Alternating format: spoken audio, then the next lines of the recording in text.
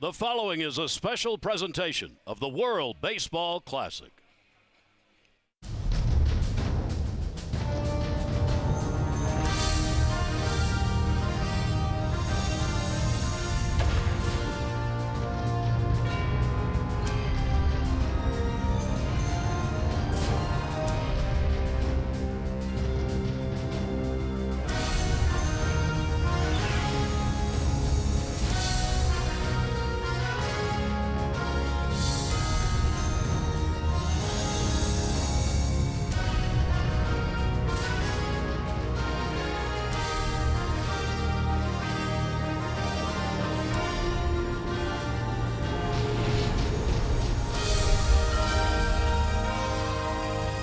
And welcome back to Mexico as the World Baseball Classic continues on a do-or-die night.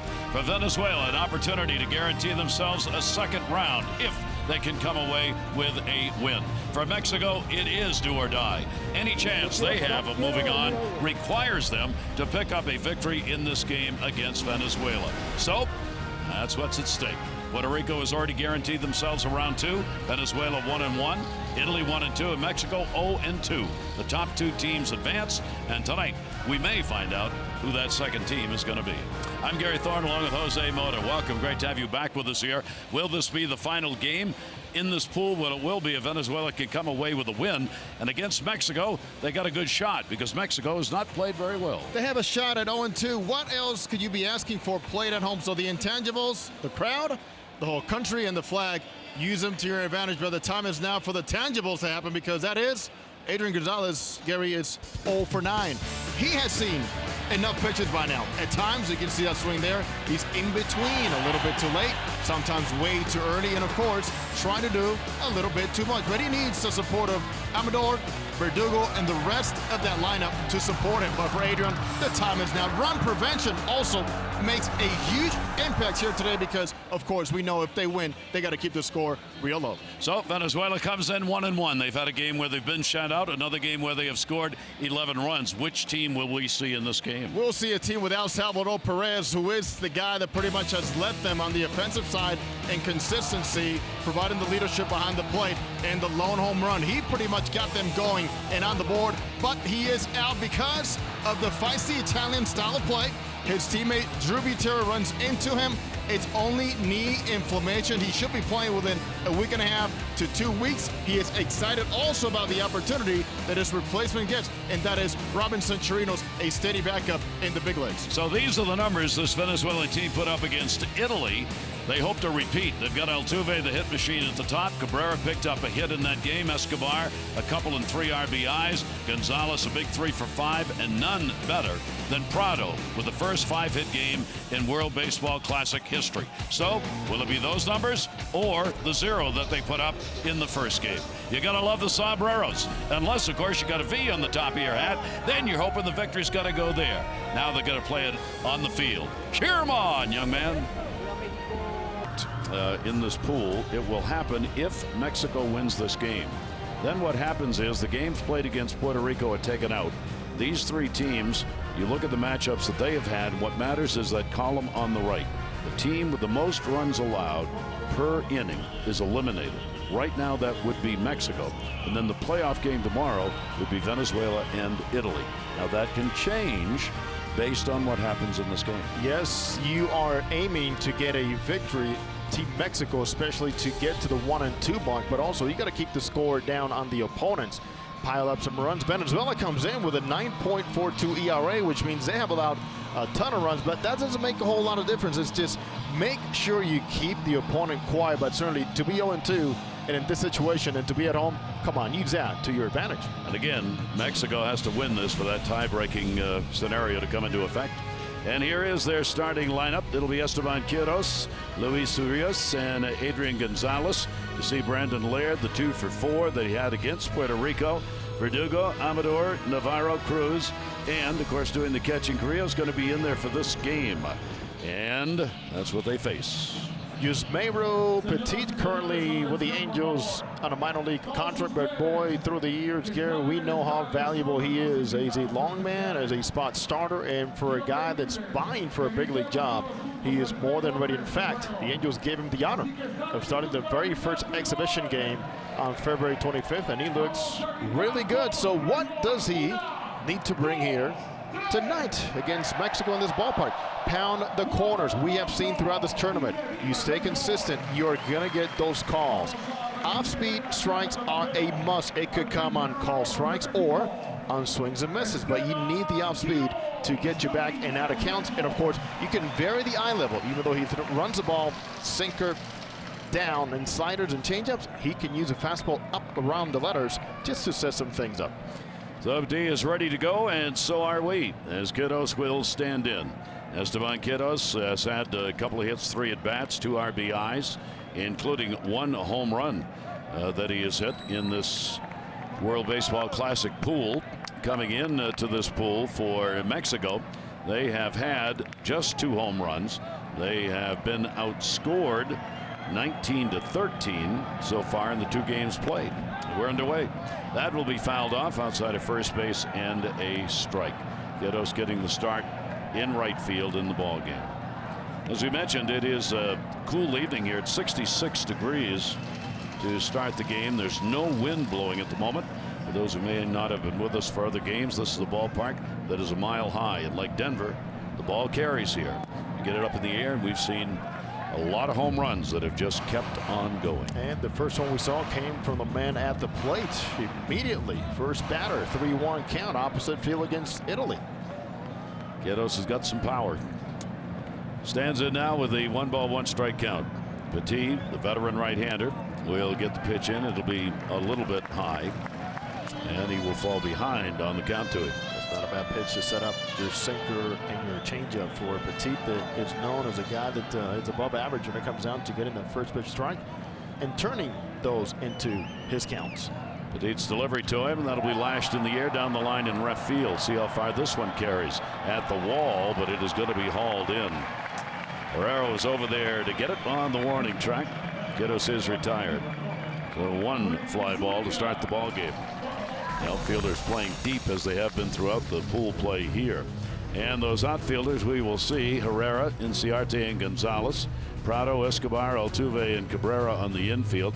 Chirinos is going to do the catching. Victor Martinez is the DH. Coffee's arrived, so we're good for a couple of games, even though we only have 1 to do. You said 2 more. Good for you. We will see. I know exactly what you mean. 1 down. Here is Urias, who will take the pitch for a strike.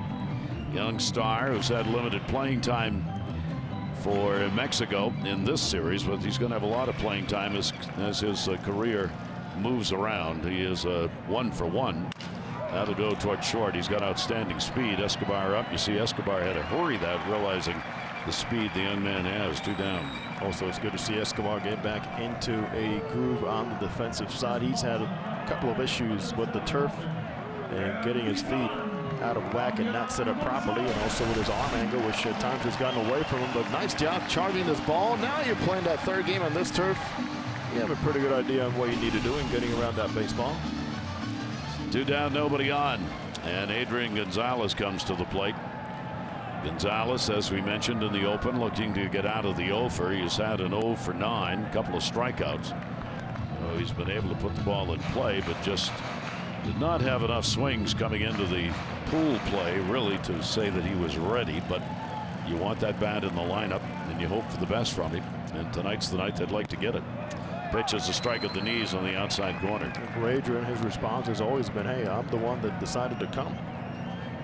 Few at bats or not, wants some responsibility on carrying that flag for Mexico, and producing time is now. And the pitch will be taken inside. You notice Petit is working out of a stretch, as Jose said, he is both a reliever and a starter, and chooses, rather than going into any kind of a starter kind of motion, he uses the set position. We'll see if he tries to quick pitch once in a while when nobody's on base. Pitch on the way, hit in the air, center field. That ball's going to be near the wall and missed on the warning track. Gonzalez gave it a ride, but a 1-2-3 inning for Petit. He retires the side in order, 0 for 10. You can tell by the look on Gonzalez's face, it's like, what have I got to do? Well, Venezuela's probably favored in this game, not just because of the way Mexico has not particularly played well here in the pool, but because they're probably, if you look man for man, a better ball club talent-wise. We'll see. Altuve will lead it off. Altuve, a couple of hits and 8 at-bats. Pitch to him is going to be on that inside part of the plate, but missed. Mendoza, the right-hander, 33 years old. We'll get the numbers on him here in a minute. Prado and Cabrera will follow. There you see Luis Mendoza, the starter, on the mound. 1-0 delivery on the way. Altuve down to third base, short hop by Laird, then makes the play. We welcome those of you who were watching the USA game as the United States has beaten Canada. They move on as the #2 seed coming out of their pool into the second round. And congratulations to Team USA. So they'll be interested viewers of this game to see exactly what's going to happen with the two teams coming out. Puerto Rico is already the #1 seed out of this pool. Certainly, and Dominican a big win today over Colombia. A hard-fought win in extra innings. And certainly two big powerhouses on the way to the next step. Martin Prado up, and he will take the pitch up high for a ball. What a big game he had. 5-hit game in the last outing, so he's now gone 5 for 8 in the first 2 games, and he has picked up 3 RBIs.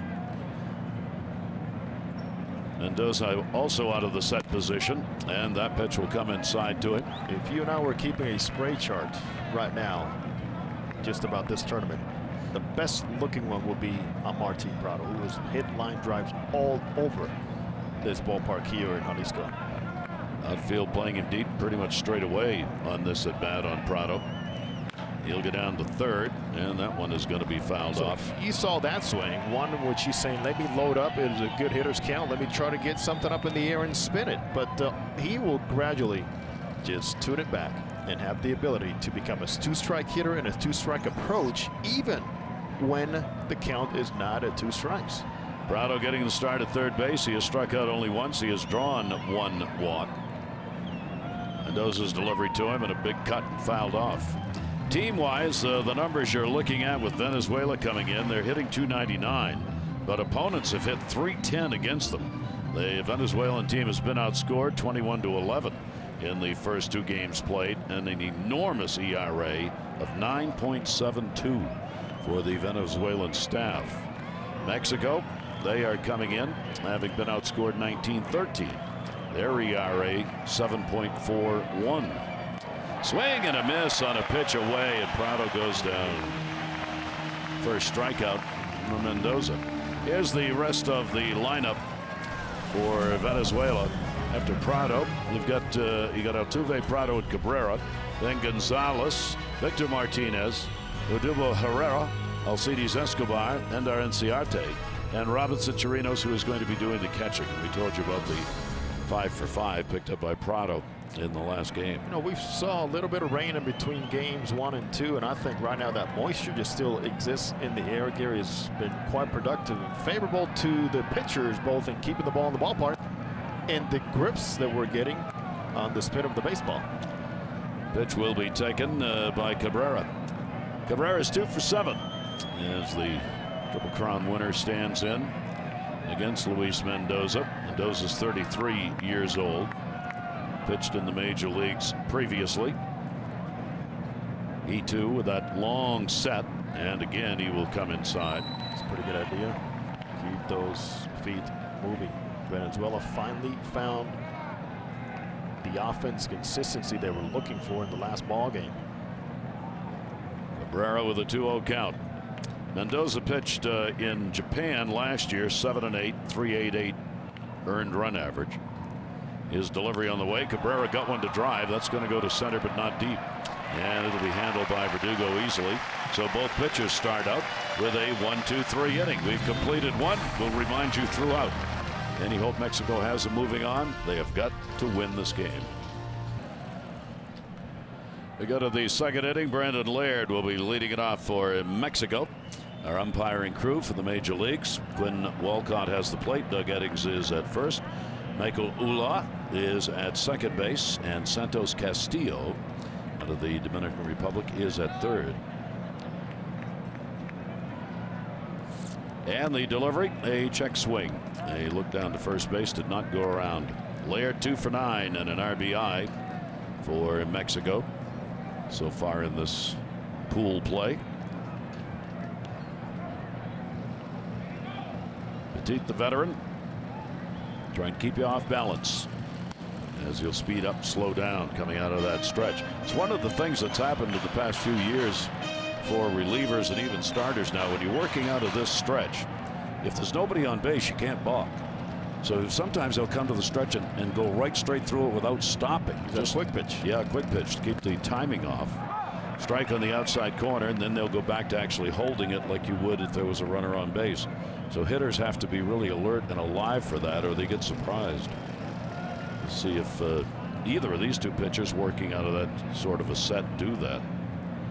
Laird, well, he'll take the pitch outside, a little slider movement on that one, and a 3-ball 1-strike count. If you think about it, Darvish does it constantly. Started the game, nobody on. Yeah. And his mentality is, if I have to make the most stressful pitches and important pitches out of the stretch, why not get in that mentality, in that mode right away? Correct? Makes sense. Of course. Yeah. So I don't think that's taught enough, or at least put into the minds of certain guys at an early age at any level, and especially in the minor leagues. The most important pitches you'll ever make under duress are from the stretch. Why not practice that in a game when there's nobody on? Learn more about delivery, what you need to do, deception, and of course, sacrifice velocity. Brandon Laird waiting on it. Check swing. Did he go? No. And he will go down to first base as a result. So Laird will pick up the walk and becomes the first base runner of the ball game. It's been a good day for fly balls, and because of that moisture I'm talking about, this could be easily with 3 runs on the board. There's one that stays in the ballpark. 2 days ago, that's way gone. How about talk about Agon? He thought he had it. Stays in the ballpark. Miguel Cabrera hits the ball, and when the outfielder's coming in, that tells you that that air right now is a little bit thicker. Only 1 home run's been hit by Venezuela, and Salvador Perez hit it. He, of course, is injured and out. Only 2 have been hit by Mexico. Timeout asked for. That is a no pitch.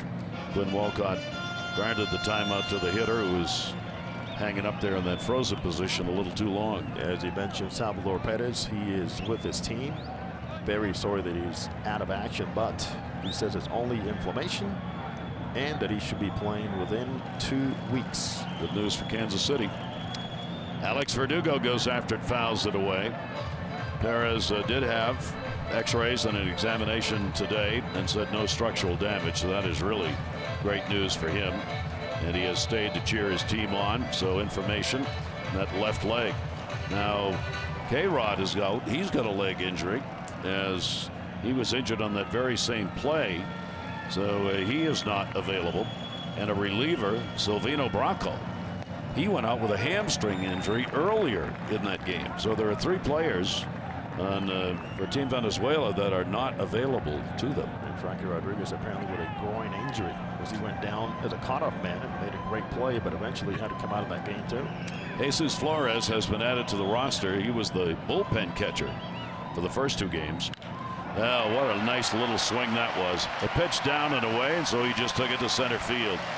And Verdugo is now 4 for 10, and more importantly for Mexico, first 2 are on here in the second inning. Serve it up just like a little Ichiro Suzuki there by Alex Verdugo, and taking that pitch himself, and that changeup going away and just placing it.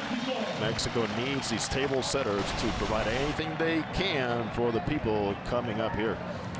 So here's the first chance for Mexico to see if they can get on the board. Amador, the designated hitter, 2 for 5, and has a home run. He has got power.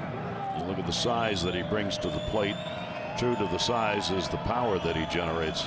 Impressive power from this wily Mexican veteran. Pitch on the way to him. Amador will take it on the outside corner for a strike. When Walcott has done a very good job staying with those pitches, and they cross a plate and tilt or cut or sink, and that's something that Petit needs.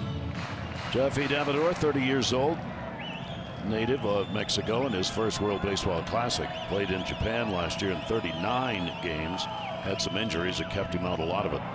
He got fooled on that one. He went for one down and away. It's a good night to throw breaking balls, isn't it? I Yes, mean, they is. are sweeping away and they are dropping like we haven't seen here before.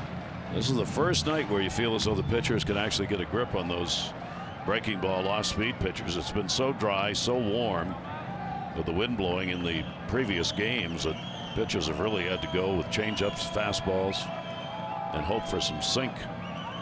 2-strike count. Runners on first and second. A step off and a look back. Laird, the lead runner at second base.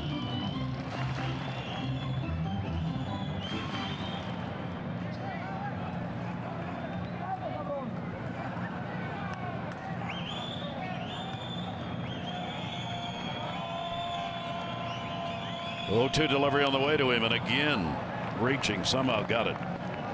If he hadn't had a long reach, there's no way he's going to get a piece of that one. Well, you mentioned that, because if we look at where Amador stands in the batter's box and what Petit is trying to do to him, he's going to have to use better his legs in order to reach some of those pitches. You can see he's pretty much straight up. Look how much he's got room to work with on the outer hand. 0-2 delivery on the way, and that ball down the line, that's going to be trouble. It will take a hop and hit off the base of the wall and bound away. Laird has scored. Verdugo goes to third. He will stop there as the relay throw comes in. Mexico has the 1-0 lead. Amador the RBI. And of course, why not use that reach when the pitch is elevated and just allow the ball to dictate what you will do? A proven hitter in this league and throughout baseball in his career. Amador, who is also a crowd favorite. Look at this. Thank you very much. I do not have to go down and get anything. My legs will take care of that with my reach. A great piece of hitting. So much power. Omar Vizquel already second inning, on his way out to the mound after this 2-bagger and an RBI with Laird crossing. And Edgar Gonzalez saying thank you very much. We haven't seen this, and thank you, Amador. Take some of that load off the guys on the mound, and for sure bring this crowd onto our side here. Gonzalez has not had a lot to smile about in the first 2 games. They lost on a 5-run 9th inning by Italy against them in the first game, 10-9, and then Puerto Rico beat them by a score of 9-4. So his ball club's not been in the lead very often in games, and they've got the early lead here. Oh, those leadoff walks. So 2 more in scoring position. Here is a big at-bat. Navarro. He's gone 3 for 6 with an RBI. Navarro will take it for a strike. This is a given. Be a good situational hitter. Use the middle of the field. And certainly, all you want to do is make contact here. But that run is yours to take. Petit trying to work his way around this and taking a little too long getting set. Mexico comes in 7 for 22 with runners in scoring position, and with that Amador hit, they're 1 for 1 in this one. 0-1 count. Runners off, second and third base. Petit's delivery is going to come inside. And Petit's got a jam early on to deal with. And if you're Mexico, you have to love the matchup and having a number 7 hitter like Efrain Navarro, who does have a very good idea and a long track record in these types of situations.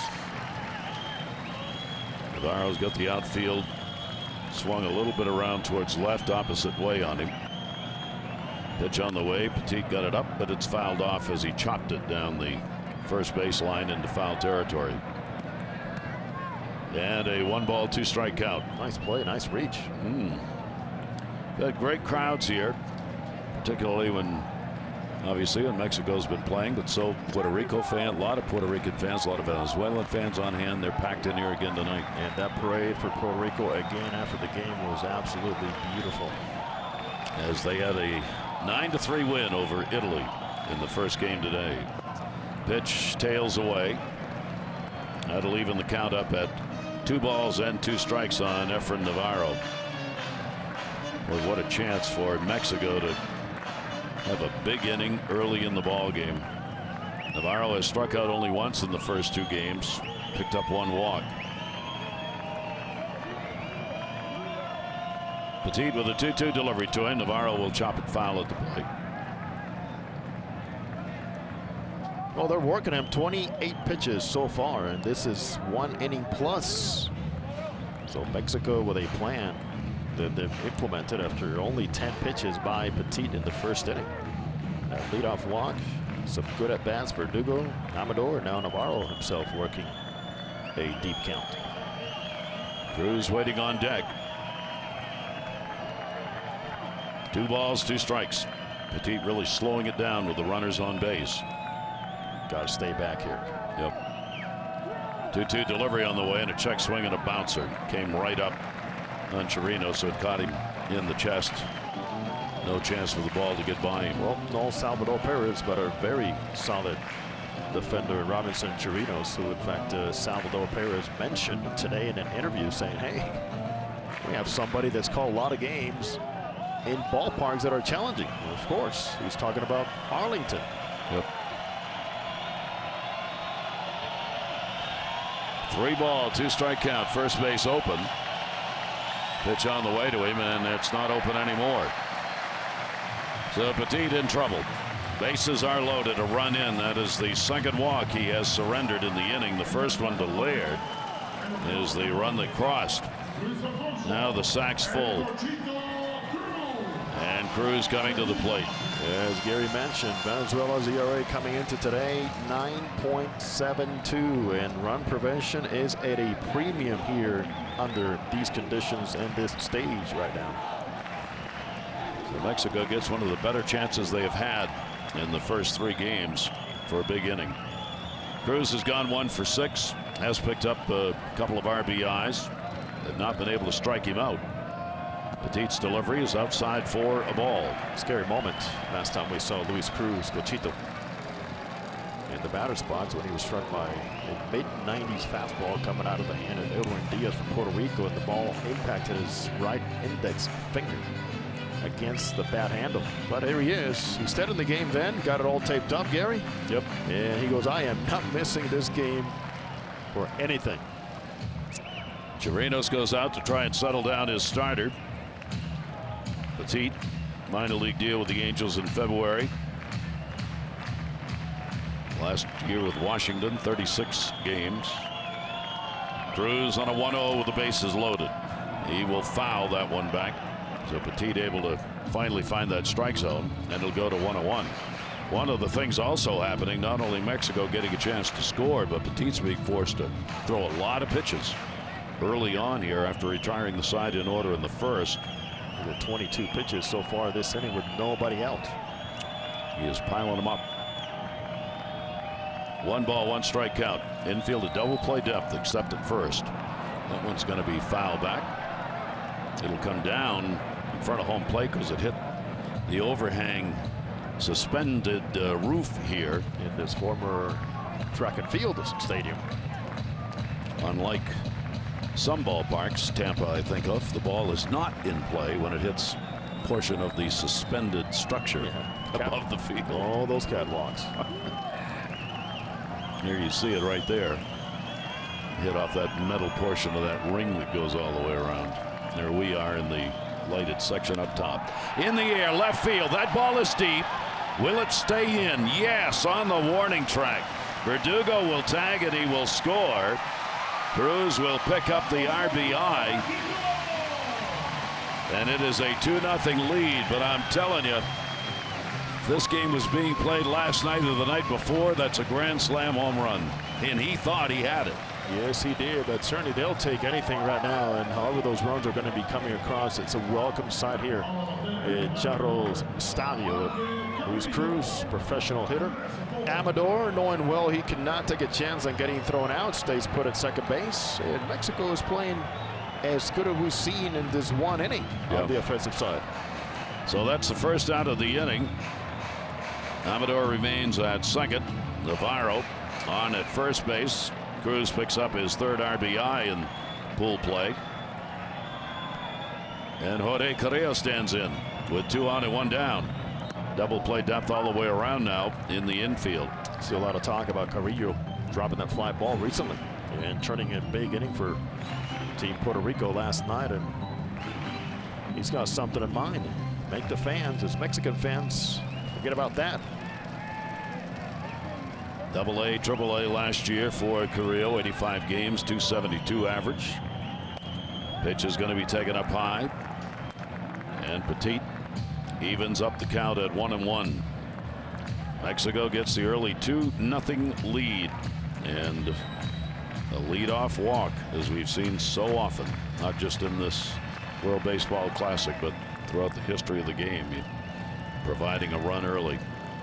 1-1 delivery on the way.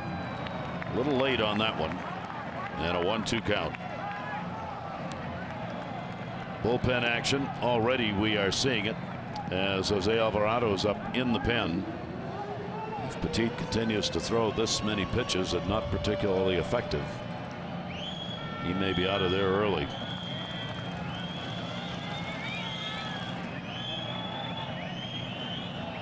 Here's the 1-2 delivery on the way. Another one came in with some inside movement on it at 85. Stays 1-2. Able to fight it. And right now, Petit is finding way more on the upper part of the zone than he would like to, and where he knows he cannot live. Fans from Mexico hoping their team can pick up a win here in the pool play and give themselves a chance. 1-2 delivery on the way. Breaking ball he waited on down the line, right field. It's going to stay in play. Runner tags, moves over to third. Oh, look at the big man go. He was charging, wasn't he? Amador on the fly ball to Gonzalez. Oh, I gotta love that. So Amador moves up. Navarro stays at first base, and there are 2 down. Oh, in a place that used to be known for track and field. How about the big man making the impact on that tag? You go.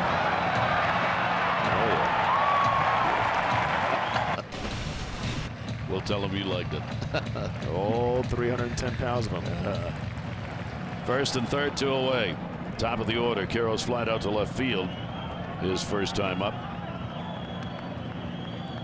Petit with a chance to get out of it here. With 2 down, and the pitch at the knees for a strike. You know, the type of swing that Quiroz has is quite conducive to one that can make a quick adjustment, because he hits the ball so well to left center field with a lot of authority to the line in the corner at left field. If he stays back, gets something out over the plate, he can drive it the other way solidly. 0-1 pitch on the way to him. Quiroz on the big cut. He got on top of that one and fouls it off at the plate. So count goes to 0-2 on Esteban Quiroz, the 25-year-old out of Sonora, Mexico, in his first World Baseball Classic appearance.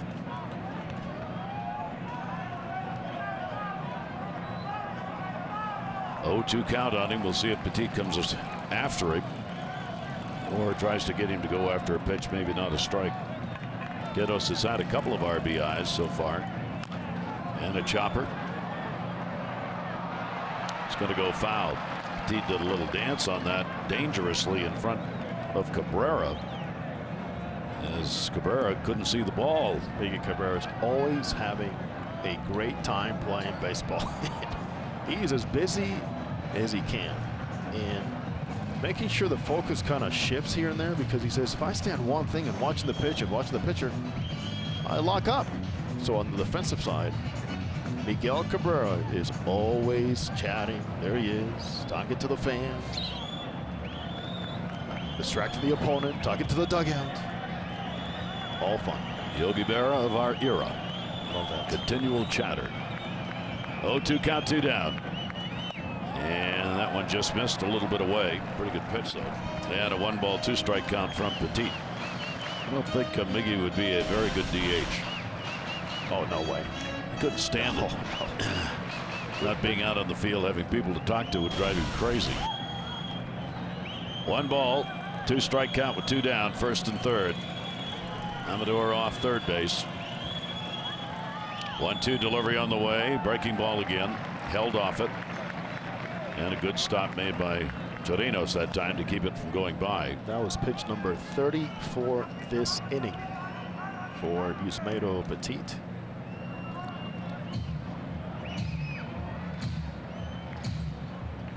Boy, that's a ton of work. They like these starters to get 4 or 5 innings. Team Puerto Rico can do that. Yeah. Time after time. 2-ball, 2-strike delivery on the way. And another one that's going to be fouled off. Out ahead of it that time off the end of the bat. But Quiroz doing the battle here. The 2-ball, 2-strike count. This is the leadoff batter. Really making him work. Quiroz has a couple of walks that he has picked up, and he has not struck out. First couple of games that he's played in. Pitches per plate appearance throughout this inning have been remarkable. Quiroz 2-2. Defenders behind Petit kind of wandering around here, waiting for something to happen. Long at bat. 2-2 delivery. Did it again. Fouls that one off into the seats. I sent it over to the family section. And hopefully nobody heard on that. Whenever anything happens over there in that section, the players all take a long look. In fact, some are coming out of the dugout to take a look. That did hit somebody, and that is where family members are.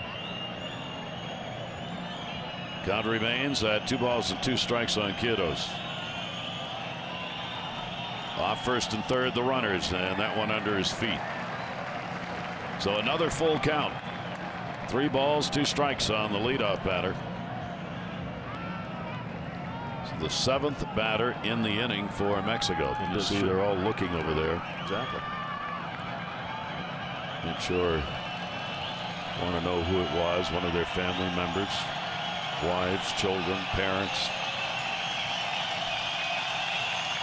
3 ball, 2 strike count. With 2 down, the runner at first will be running.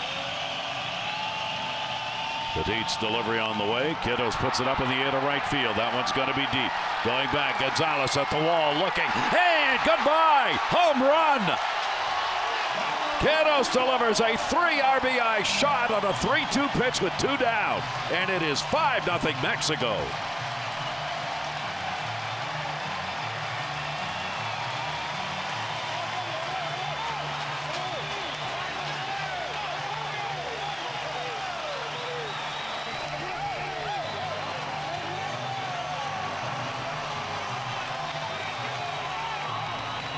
And let the mariachi play here in Guadalajara to the delight of the so many fans that have been waiting for this type of inning.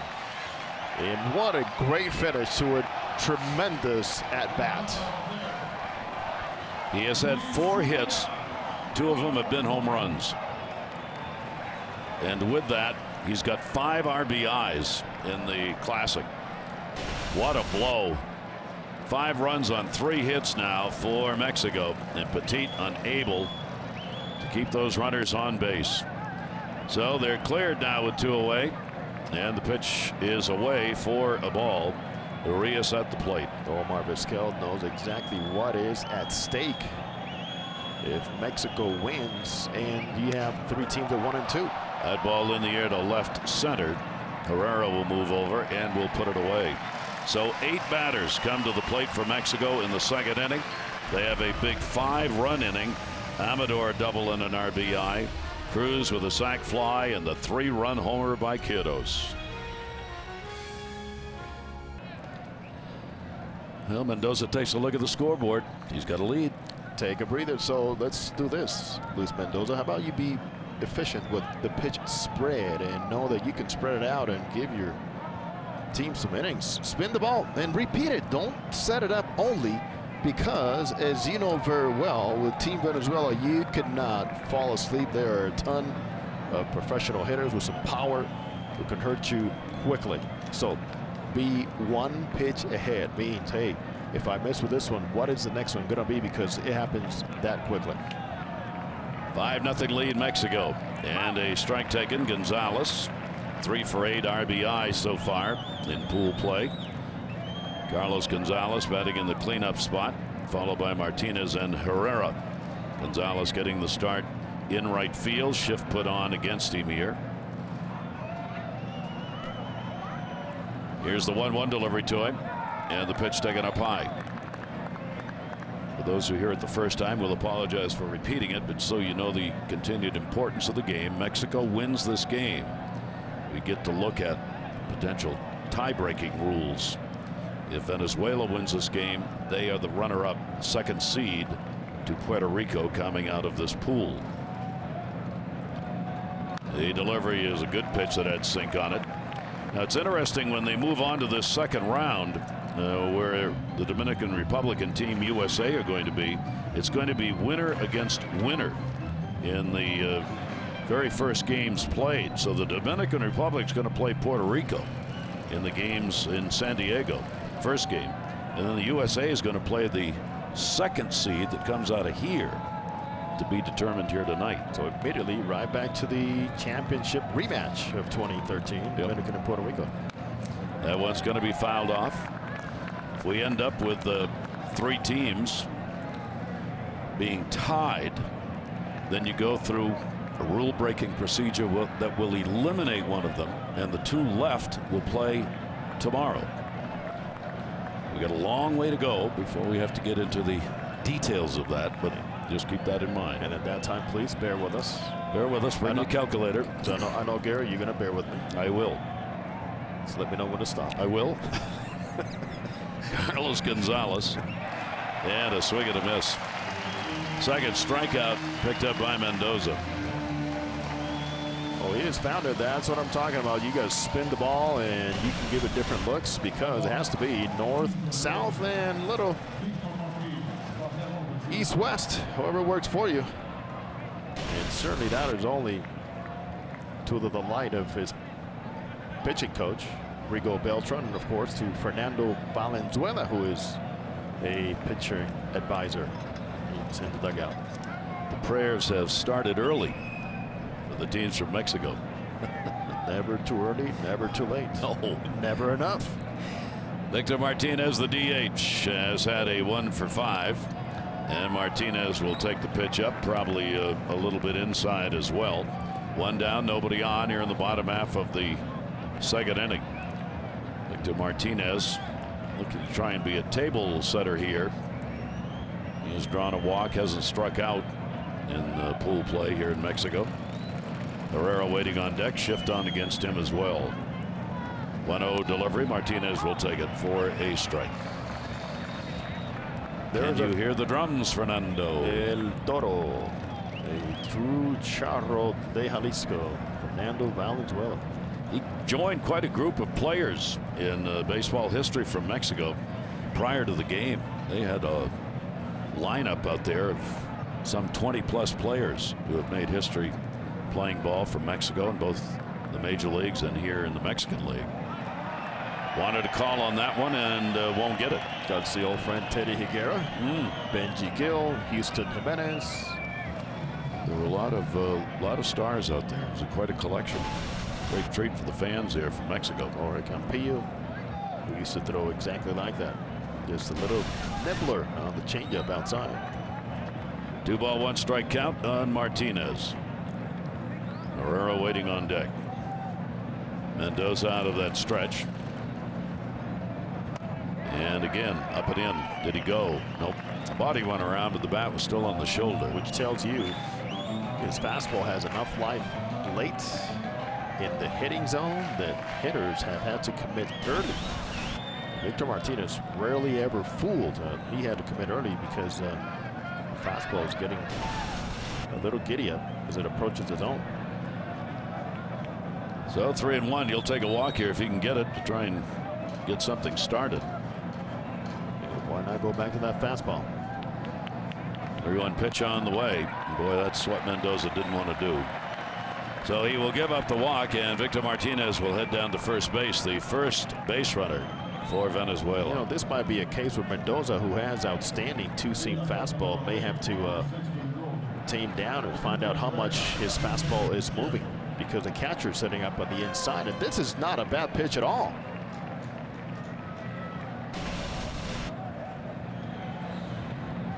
Close but not quite on 2.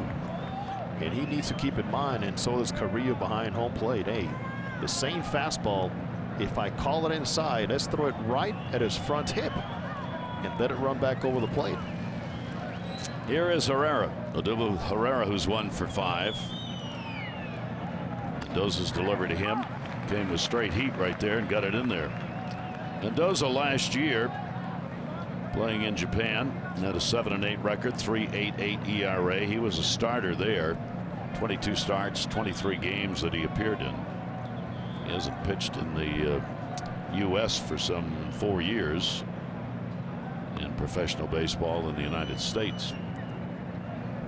Herrera waiting with the runner at first base. That one way inside, drops the bat, gets out of the way.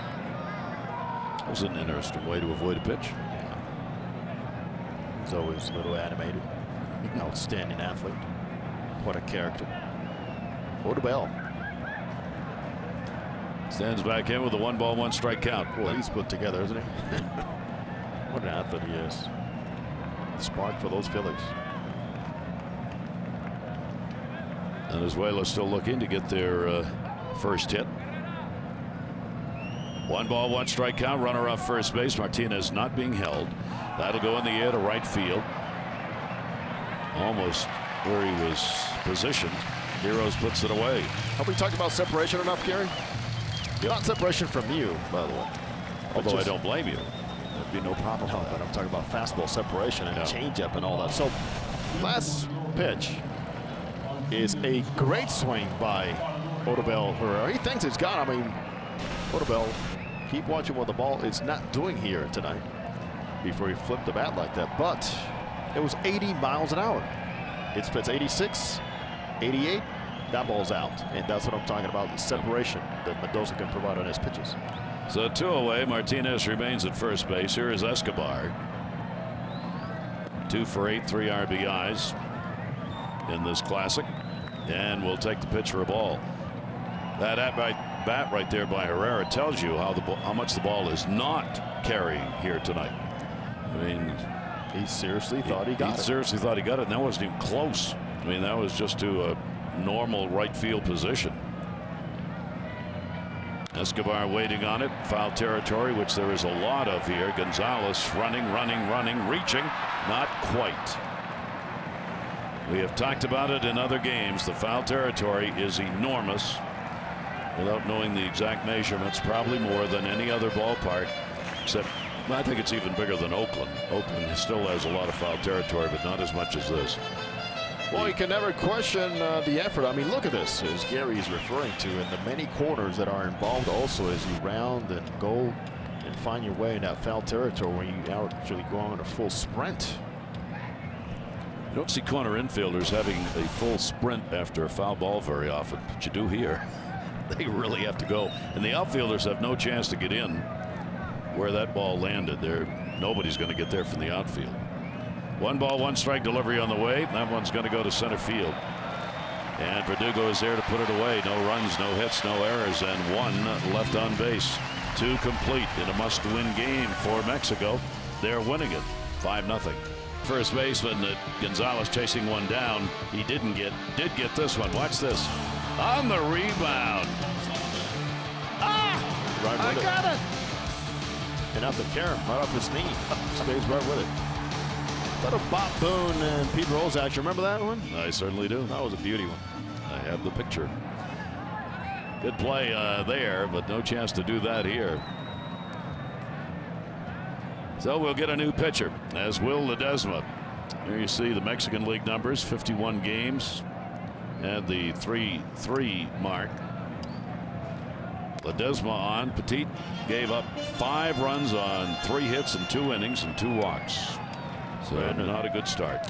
Mexico did what they needed to do. And also, how about needing something to do? How about choking up early in the count here for Adrian Agon Gonzalez? Look at this. Waiting on it. That'll be away for a ball. Yeah, he's now 0 for 10. And his best swing came in his last at bat when he just missed a home run straight up to center field. 2-0 count on him. He'll be followed by Laird and Verdugo here in the 3rd inning for Mexico. 2-0 delivery, and that one's fouled right straight back. Gary, that all the in between. How's your swing? I'm in between. That's the worst feeling as a hitter. I'm a little bit too early or I'm a little bit too late. Which of course is timing and when is that foot coming down? He saw that pitch very well, but he was not on time. Trying to catch the timing in games, obviously, real tough, and that's what he's trying to do. 2-1 delivery on the way to him, and that'll be fouled back a little late on that one. Much better. And it's going to be out of play. In many conversations, I've had the privilege to hear Mike Trout talk about this. And he always says, when I get into trouble, it's just because my foot is not on time. Want that sombrero? Yeah, I'm coming. Uh-oh. I'm going to get that sombrero. Here comes Gotti. That's the best one I've seen. It's your buddy. That's beautiful. 2-ball, 2-strike count.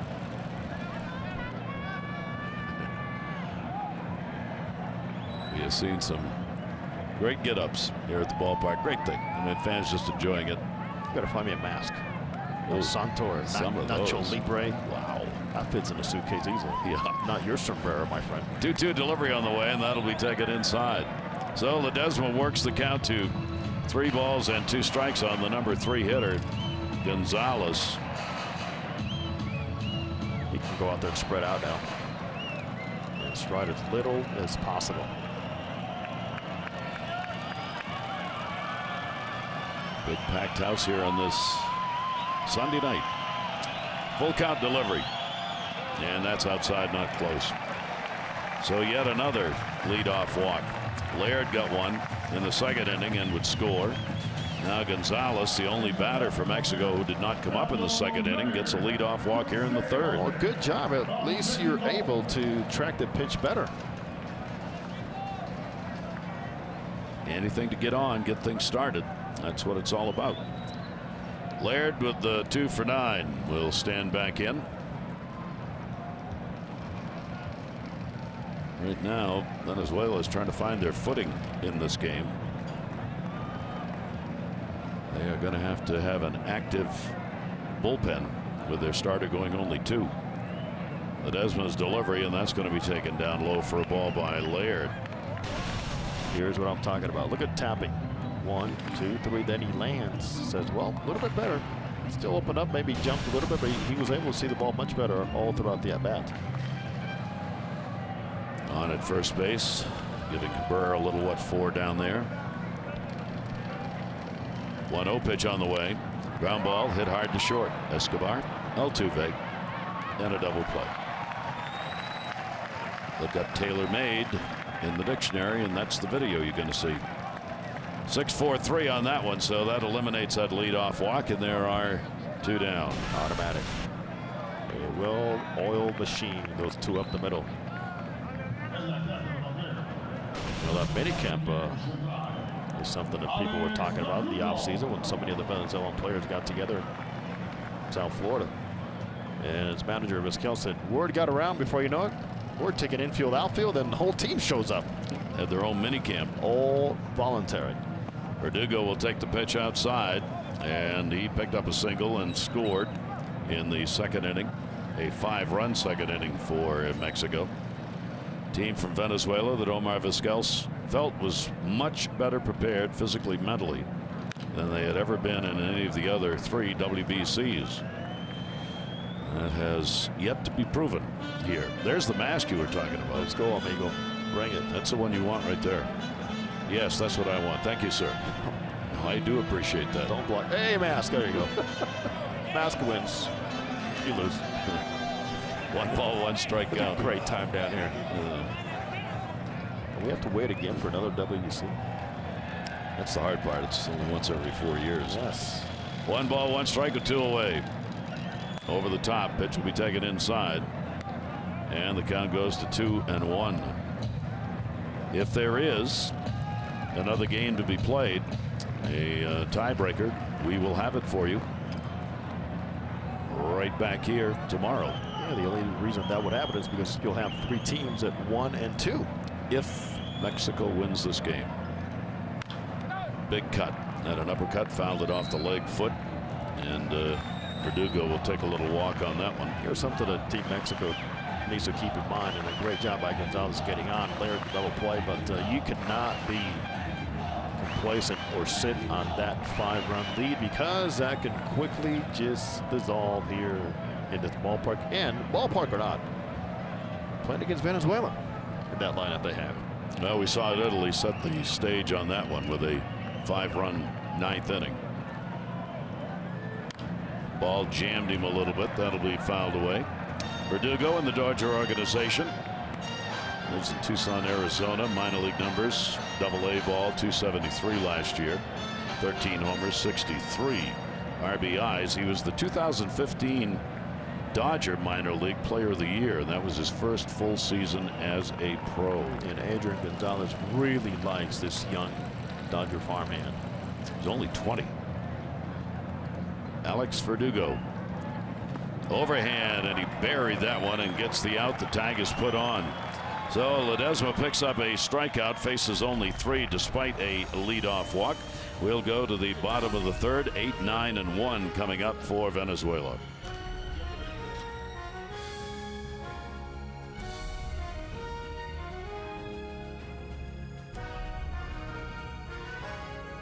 We're in our midst. Omar Vizquel is the manager of Venezuela, is going to be on the 2018 ballot for the Hall of Fame. So are these: Chipper Jones, Johan Santana, Jim Thome. Some big numbers there. We don't mean those are the only ones who'll be there, but Vizquel and that group, you would believe, are going to get some serious consideration for the Hall of Fame on the 2018 ballot. Vizquel talked about it first day here. One of the first questions asked by the Mexican media about his Hall of Fame chances. He goes, "Hey, I really humbly know that my numbers are there. I know exactly what other shortstops have done, and I'm feeling very confident that because of longevity and production throughout the longevity, I have a pretty good chance." I think he's going to make it. And I agree. Yep. Pitch is taken down low, and the count goes to 2-0.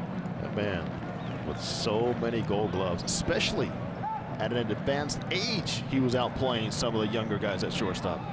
That is quite a group, though, the foursome we showed you. They are all serious contenders.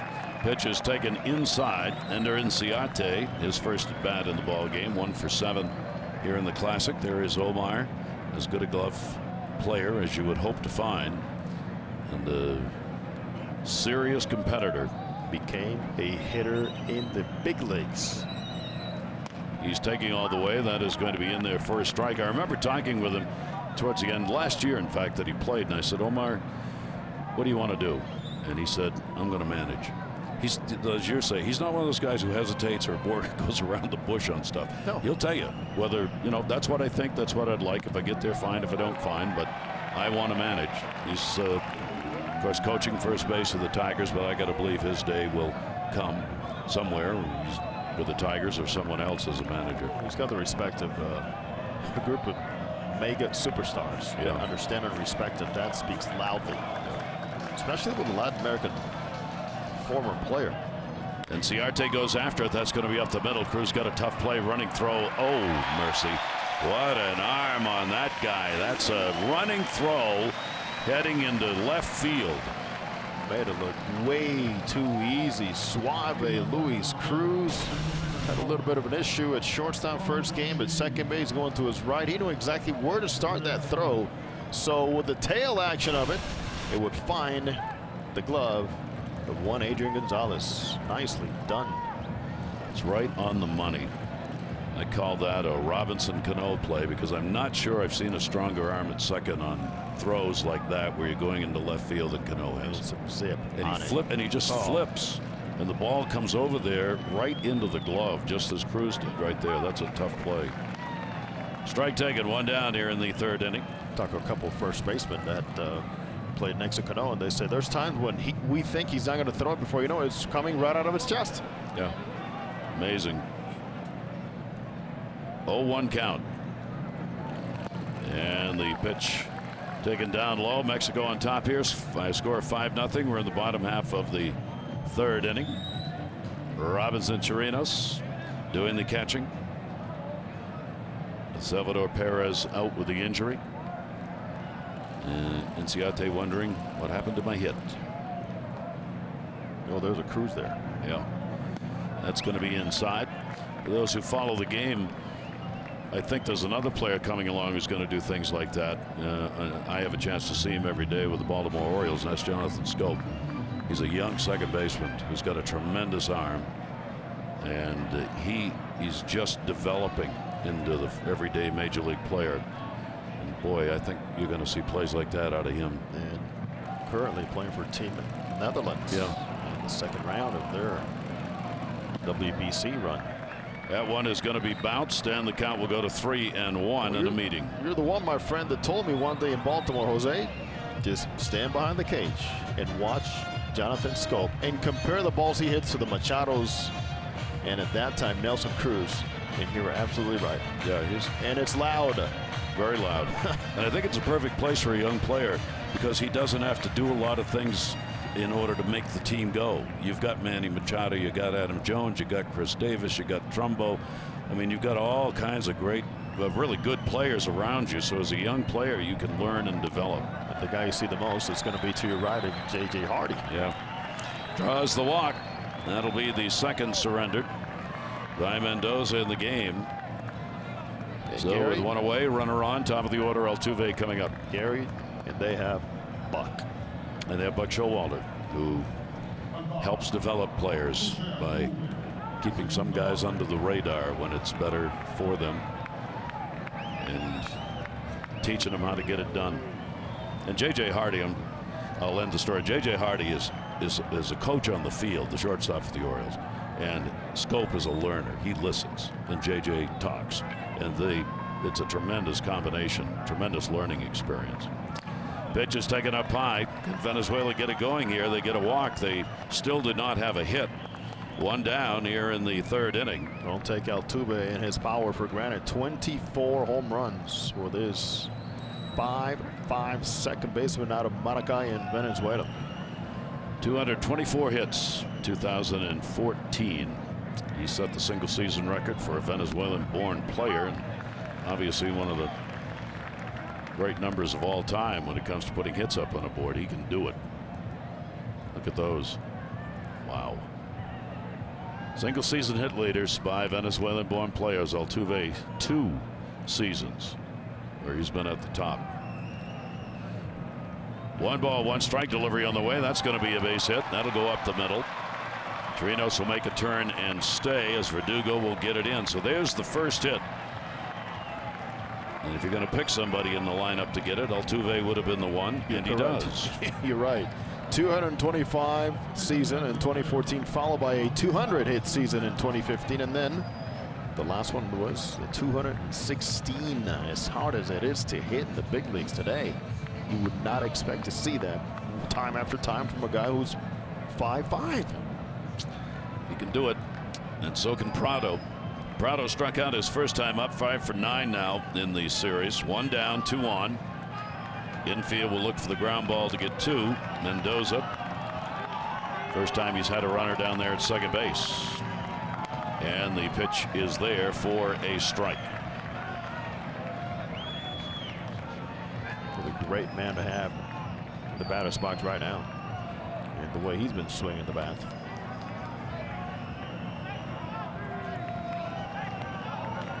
Oh, 1 the count. Shortstop Urias moves in behind the runner. Little roller. That's went off the foot. And ouch. That's 3 times tonight. Wow, he's already. really limping on this one. And of course, Mendoza going, I'm going to continue to go up there. He's taking bigger swings today. Watch how big his swing has gotten today.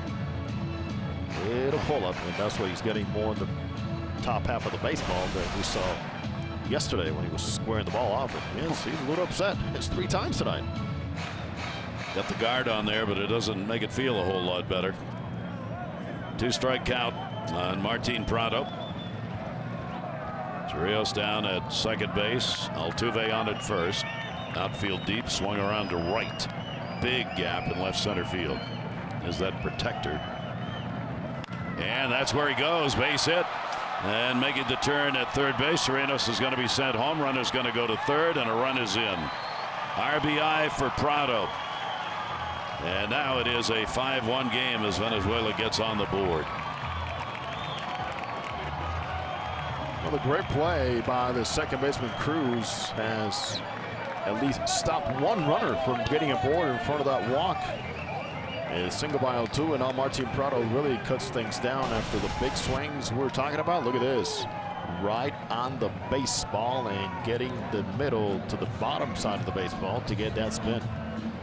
So he's got 4 RBIs here in pool play. Mr. Quiroz, who drew the walk, makes the big turn and would score easily. That's kind of the old-fashioned way of driving a ball the other way. Used to be hitters would kind of pick the back leg up, pull it back a little bit, which forced the body to lean in and hit the ball out. And that's the way Prado did it at that time, picking that back leg up and hitting off the front foot. This guy right here is pretty good at that, and so is Jose Altuve. He'll drag the back foot to clear the hips in a different direction, get the hands also on a different plane. Cabrera flied out to center field first time up. Takes the cut, it'll go to short. Urias is there. Cruz, 1, relay over to first, and they turn the double play, and that is a big one. A run in on a couple of hits, no errors, 1 left on base. The double play will end it, though. Cabrera hits into it. The RBI picked up by Prado has put Venezuela on the board. And if a double play was ever needed, Mexico needed that one, and they got it. Cabrera hitting into that double play to end the last half inning with a run on 2 hits in the inning for Venezuela. Now we go to the 4th. Amador up. The Desmond's pitch outside. Looked like Miggy was a little gassed here because of the elevation after that nice sprint to first base. He almost avoided the double play. Look at him here. Maybe get some air. 1-0 count. Navarro, then Cruz coming up. Amador will take the pitch on the outside corner for a strike. Amador, an RBI, picking up a double in the second inning. Ledesma coming on to pitch as Omar Vizquel looking for some help out of that bullpen to hold down Mexico. Amador to left. Ball stays up, and Herrera is right there to put it away. Well, we saw the last double play where we talked about with Miguel Cabrera, and with a young infielder like Luis Urias, the one thing you learn is I like the position, but now he stays back in this ball. Look at this. That ball almost eats him alive, and thank you for a good arm by your second baseman. That is a double play. Ball comes up, hits him in the chest, and what I'm talking about is he'll learn through the years experience that he has to come and get that baseball before that causes more problems for him. That one almost bounced off the chest, didn't it? That's the risk you take on more bounces by a baseball around the infield. Ever Navarro up, and the pitch is going to be there for a strike. The defensive change made as far as second and shortstop in this game, putting Cruz at second base, Urias at short. Navarro has had some very good at-bats throughout this tournament. Navarro will take that pitch inside. He picked up a walk and scored. Big second inning. 5 runs in the inning. On the line score, 5 runs, 3 hits for Mexico. 1 run on 2 hits for Venezuela. It was a double by Amador, RBI, sac fly Cruz, and then the 3-run homer by Quiroz. Again over the top, bounces that one outside.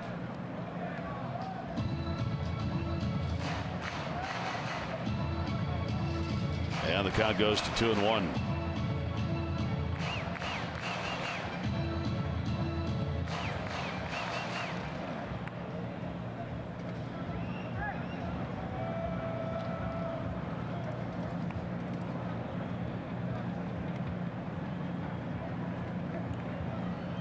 Left-hander's delivery on the way, and that'll be a line drive dead center field. Moving over to make the catch is going to be Inciarte.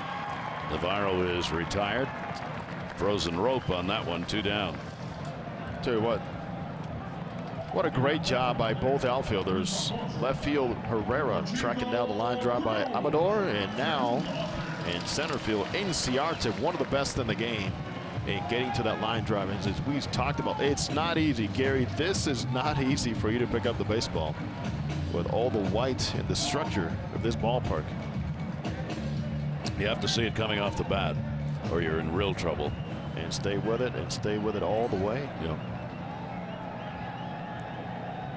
Here is Cruz, 2 down, nobody on. Luis Cruz, sac fly, RBI. Do love this ballpark. It holds about 15,500 or so. It's a very pretty ballpark, very clean, very fan friendly. Lots and lots of food kiosks, beautiful all the way around. Beautiful people all around here. Yeah, really pretty. Great environment. Yeah. And fans really enjoy it, and they have packed it in here on this Sunday night. And that pitch is going to be outside corner for a strike. That will even it up at 1-1 on Cruz. Open stance. He'll start facing the pitcher, and just in time, the trigger points to get back into hitting position on time. 1-1 delivery out in front of the off-speed pitch. And a 1-ball, 2-strike count.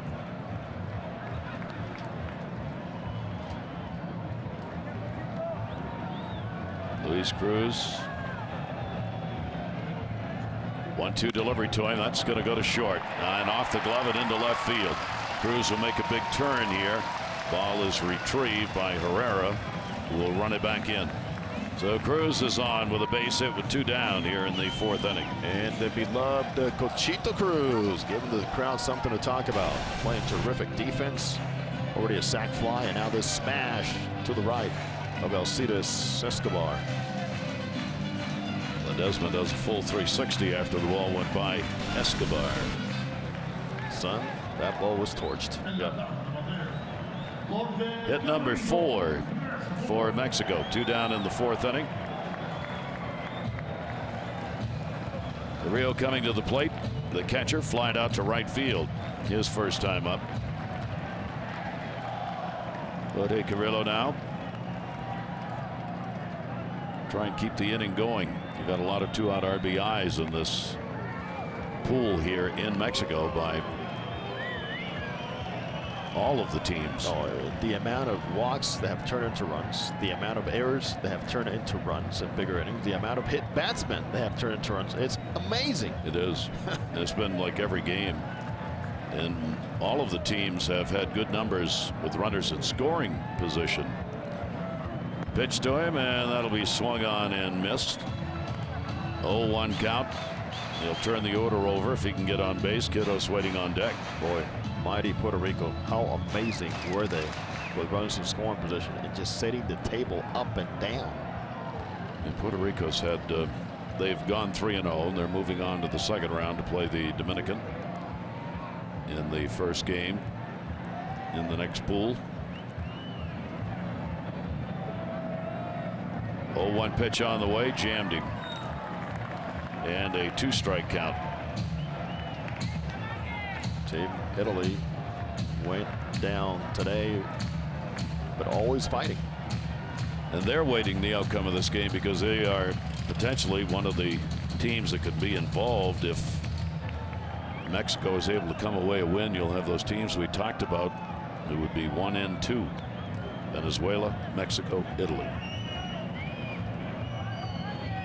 Step off, look over, no throw made. So think about Marco Manzieri, their manager, who this is his last chance at managing, and just what is going through his mind right now. Retiring and don't know if he'll manage another game or not. That's got to be tough. Italy's manager. 0-2 the count with 2 down. Pretty good lead at first. Runner not going anywhere though, and that one will be chopped foul.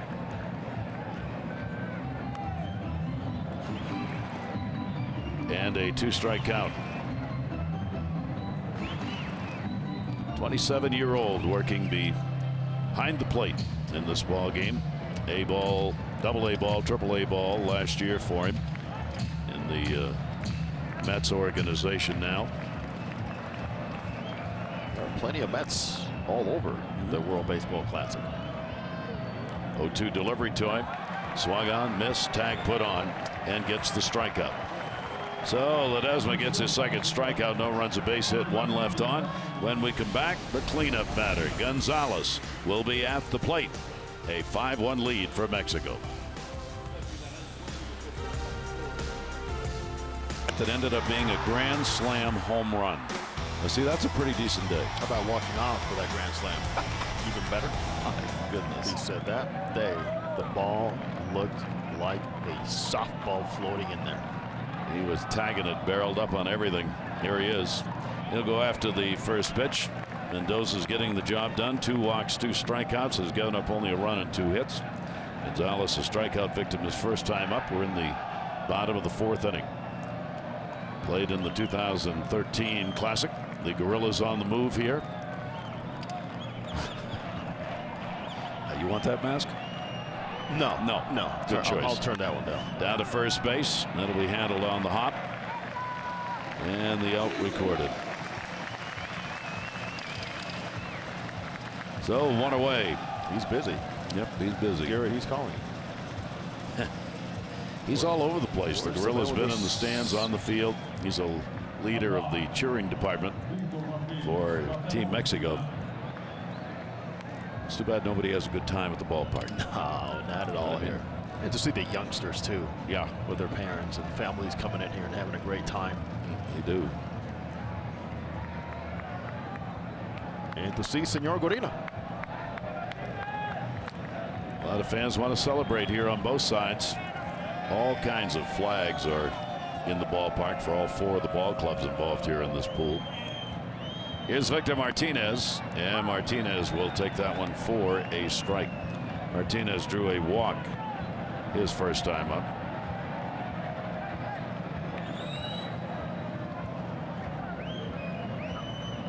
Oh, 1 count, 1 down. Shift on against Martinez. Mendoza. That one will be taken outside. 80-mile-an-hour delivery on that one. Mendoza still well within the pitch count here on the limitations. 49 so far. Yeah. You pitch into the 4th inning. You're doing something right here at WBC in this first round. 1-1 delivery to Martinez off the fist, popped it up. That'll be near the mound, and since nobody else was going to get there, Mendoza says, I can do that. Why and he not? does. Who says a pitcher can't catch a fly ball? How many times do you see a play like this and you see the pitcher veer off because somebody told him that he has to veer off and not catch pop-ups? Mendoza, you let everybody know pitchers can catch a pop-up, please. No problem with that at all. I think also he was quite aware as to where everybody was. Yeah. Where Victor Martinez hit. So 2 quick outs here in the 4th inning. And here's Herrera, who flied out to right field his first time up. Mendoza's doing a heck of a job holding down a real good Venezuelan lineup. Only 2 hits. And that pitch will be taken for a strike. So lots of mascots around the ballpark. They're getting brighter and brighter by the pitch. He wants a challenge. He says, where's that gorilla? Bring him down here. I have a long beak. Just what we need. 0-1 count with 2 down, and reached for it and popped it up short. Arias surrounds it and will put it away. Herrera is retired.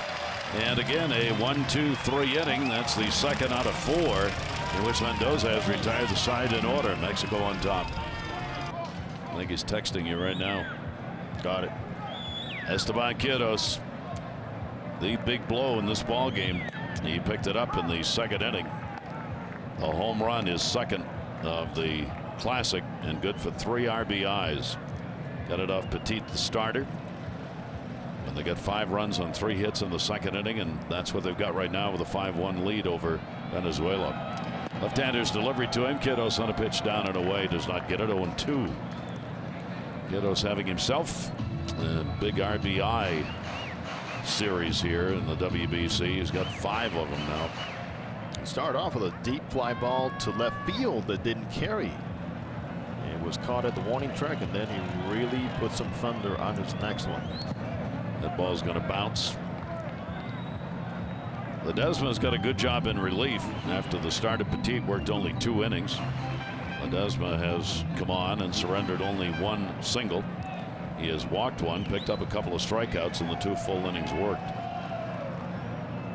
Top of the order, Quiroz, Urias, and Gonzalez.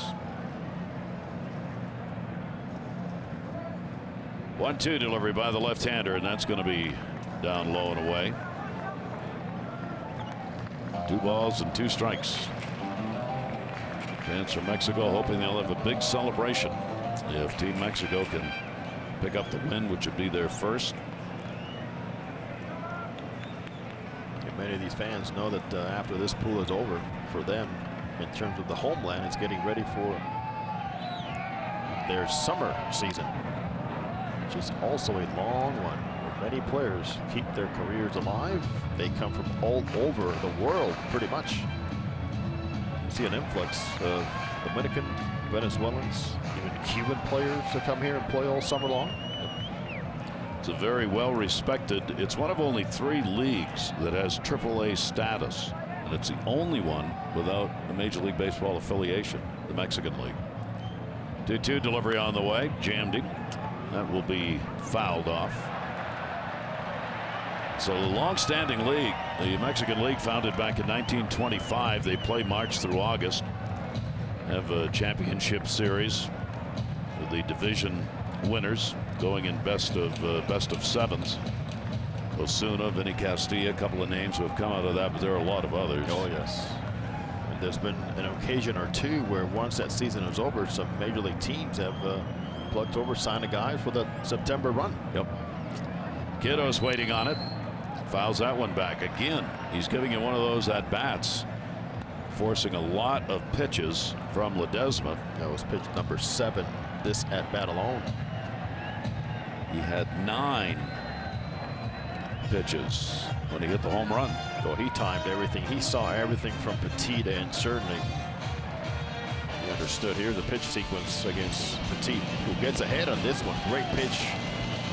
Fastball. Now he's 0-2, and now let's go to work and fight off some pitches. Time you see the spin, get that foot down on time, lay out the breaking ball, and then connect for the big home run, 3-run home run to right center field. He's repeating that at bat as far as the pitches are concerned so far. 2 ball, 2 strike count on Quiroz.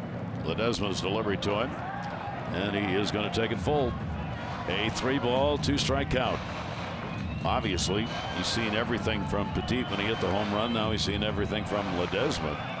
And coming from that side, from the lefty, is not bothering him at all. I expect a big swing here again. 3-2 delivery on the way to him. Quiroz will draw the walk. And yet another leadoff walk. Second walk, Ledesma has surrendered in the 2 innings plus that he's worked. This is important for Mexico, and certainly they have the right guy leading up the inning. You have to have offensive continuity. 1 big inning, and you cannot go out there and become dormant. Great job by Quiroz. Now keep Mickey quiet over there. Good luck. Leadoff man on. Luis Urias stands in at the plate. He has grounded out and flied out, as Mexico will try and add to the 5-1 lead that they have in this must-win game for them. Not opposed to trying to bunt down on a Prado who's been banged up by some foul balls. A lob toss over to first.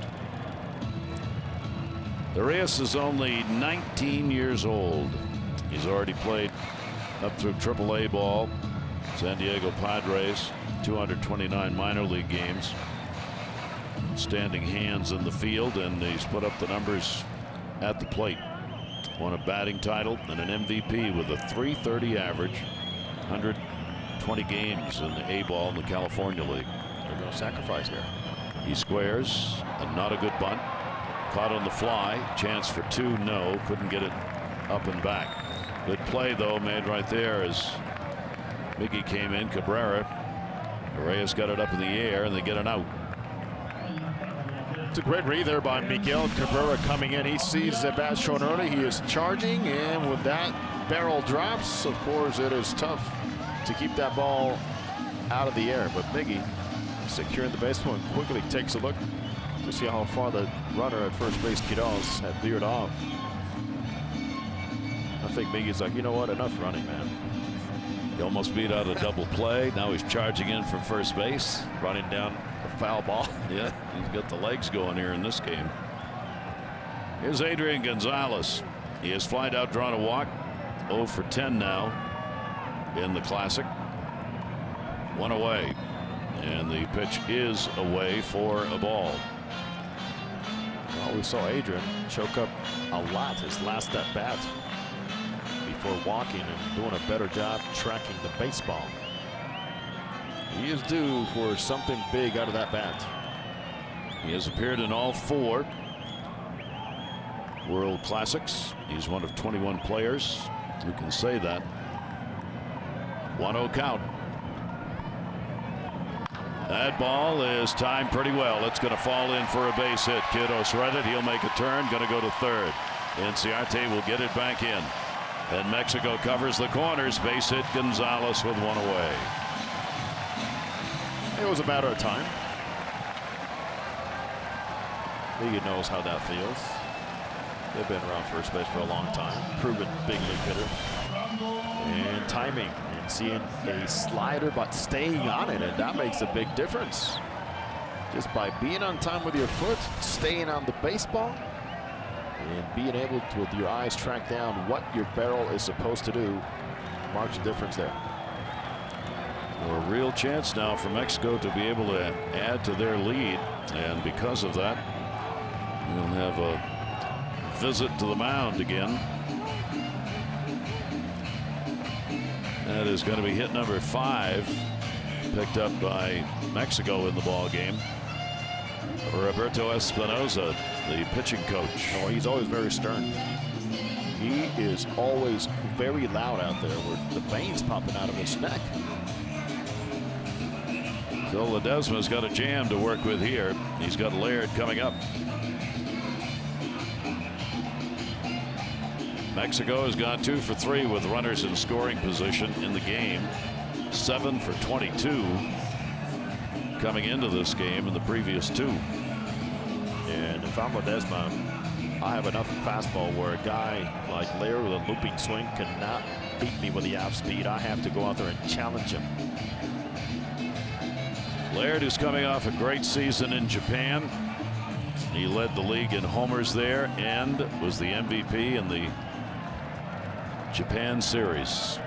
So he's coming off an outstanding year of baseball in Japan for Brandon Laird. He's walked and scored, hit into a double play. 1 down, double play depth in the infield. First and third, pitch is a strike. Laird has had a couple of hits, 10 at bats, 1 RBI so far in the games played here in Mexico. 0-1. It's a big at bat. We're in the 5th inning. Venezuela's not shown a lot of offense yet, and any more runs put up by Mexico will make that a steeper climb for Venezuela. Down low. Zedino stopping it. 1 ball, 1 strike. Again, warm-up action in the bullpen. Herrera this time up. First time he's been up tonight.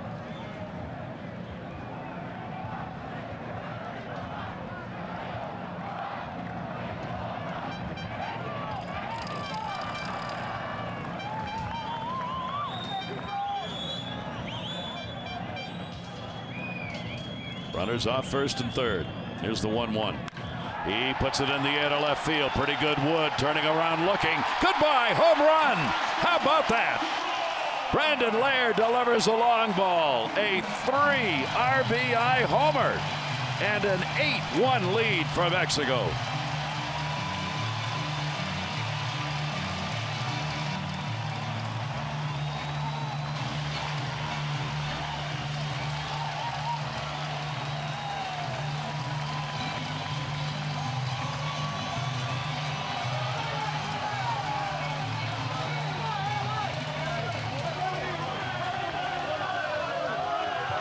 As advertised, the big boys are coming through, and this is only saying thank you very much for throwing the off speed, because with that looping swing you see on the follow-through, it plays right into the hands of that swing path by Laird. And of course, the guys setting the table up for him deserve a lot of this credit.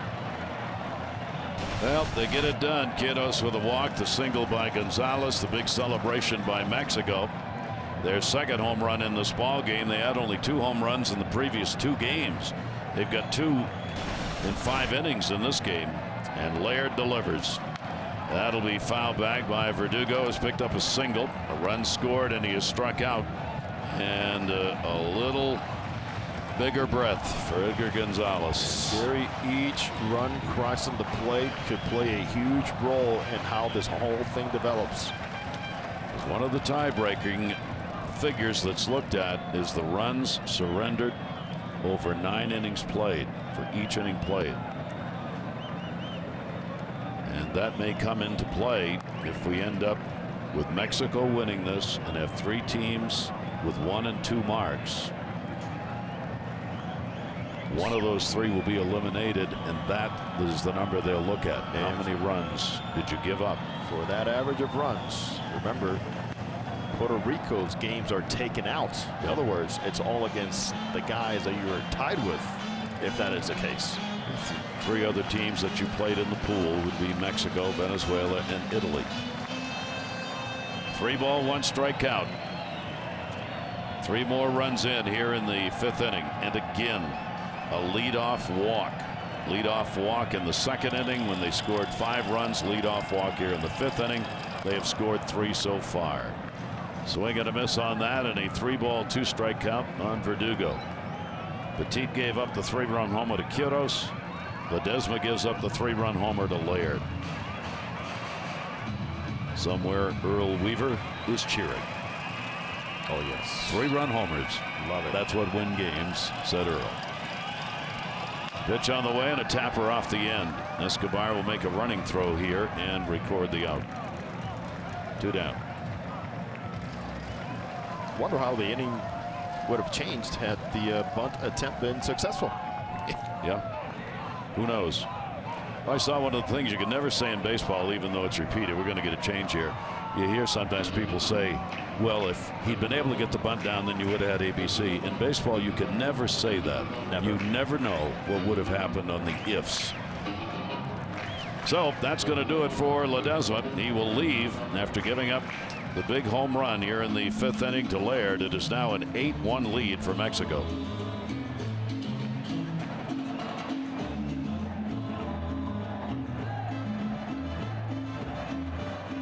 With Cuban descent, well-known player here in Mexico. So it'll be Tejolis Herrera coming on for the 2nd time in this classic. He did not have success the first time out.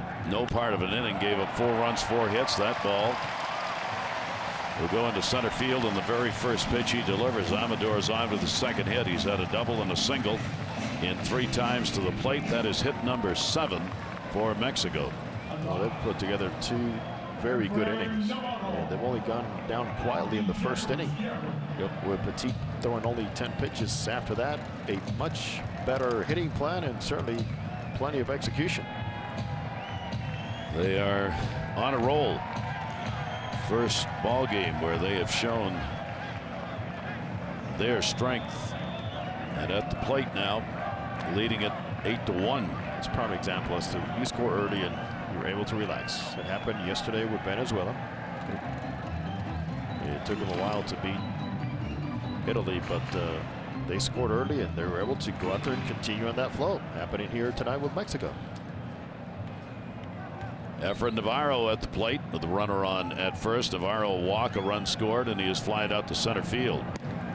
And that pitch is going to be taken down low. Third pitcher to be used by Venezuela in the ball game tonight. 27-year-old from Venezuela. Played with the Angels 44 games this past season. 3-0 with a 3.21 ERA. 2-0 delivery on the way to him. That's going to be up high. Not a good follow through. Spun around on that one, and the count goes 3-0. If there is a strength for Deolis Guerra, is that he is very effective against left-handers because of that changeup. But to use that changeup, he's got to go out there and get ahead of hitters. Efren Navarro, 3-0 count. See if he takes here. Amador off first base. Nope, goes after it and drives it to the gap and drives it hard. That ball's going to go all the way to the wall on a hop. It'll play right off the top. Rounding third and staying there is going to be Amador. It is a double for Navarro. So the hits keep on coming for Mexico, and they've got two more in scoring position. Continue to swing the bat so well. 3-0 counts won't matter because your manager's going to say, I trust all of you guys. You played enough baseball to stay with it. What a great piece of approach and hitting and result there for Efren Navarro. He went down and got a baseball that was heading towards the dirt on a very favorable hitter's count, where you see most hitters trying to do one thing with get the green light, pull the baseball. Yep. Saw the hand go up by the outfielder Herrera, saying a fan had touched it, but they did not call that, and it ends up at second base, and probably wouldn't have changed anything anyway because Amador was not going to score. So two in scoring position. That's big blow. And here's Cruz. He's got one RBI sac fly, and he is singled in the ball game. Infield is staying back. The off-speed delivery is swung on and missed. There are two down here, and the fans from Mexico have had a lot to cheer about here in this ball game.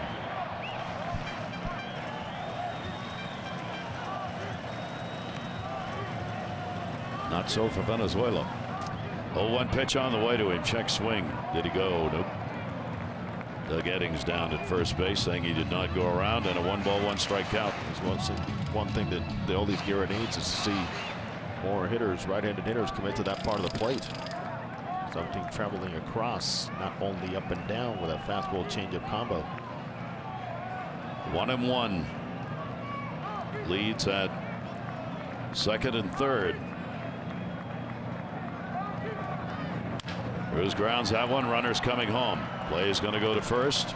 They will get the out, and that will do it. But another big inning as they pick up 3 here in the 5th, as Laird comes up and picks up his first home run of this WBC, and a big important one with Quiroz and Gonzalez on ahead of him. And now Mexico's increased their lead to 8-1. Telecast presented by authority of World Baseball Classic Inc. may not be reproduced or retransmitted in any form, and the accounts and descriptions of this game may not be disseminated without express written consent. Gary Thorne, Jose Mota, great to have you with us. Mexico trying to get their first win in this pool play. Cool night, 66 degrees when we started, but a beautiful evening. And the pitch is taken for a strike. Alcides Escobar leading it off for Venezuela. They need some runners, and they need them right now. Escobar is flied out. Mendoza's done an unbelievable job. The 33-year-old veteran, a run on 2 hits. He has walked 2, struck out 2. The 2 hits both came in the 3rd inning. They were back-to-back. Altuve and Prado got him. Gary, he's been around the zone just enough to have these anxious Venezuelan hitters think it's going to be around and more hittable pitches, and before you know it, it's just starting out. 0-2 the count. Out of this pool, Puerto Rico's already going to the next round 3-0, but the other 3 teams in it are still waiting to see who's going to go as the 2nd seed out of this pool. All depends on tonight. It is foul back, out of play. There it is once again. Yep. And Mendoza, at age 15, was already representing Mexico in the national team. So think about how far he's gone back to wearing those flags and carrying those colors.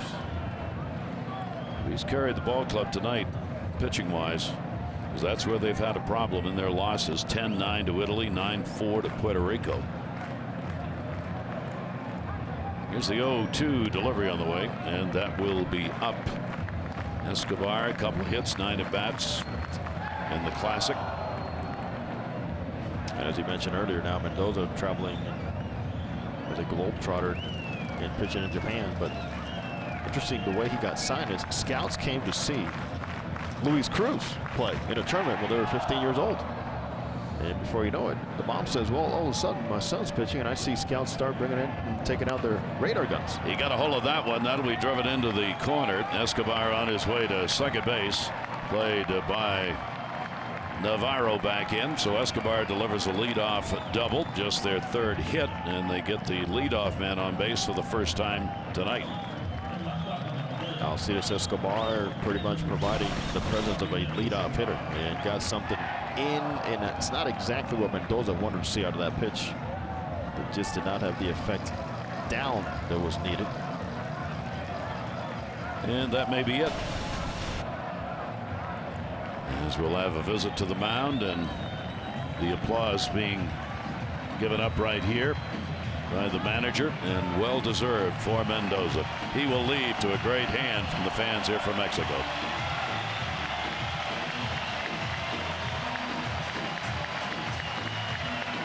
It also on their home turf, and hoping that even though the record could be different, that they can do it again.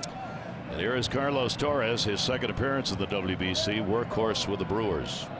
Inciarte with a runner on at second base, and he will take the pitch for a strike. This is where we think Mexico has the advantage on paper, and it is pretty much the pitchers and the arms they have available parading through all the way until the ninth inning. Hopefully this time it will work. Inciarte grounded out his first time up. He'll take the fastball for a strike. That was 92. Torres appeared against Italy.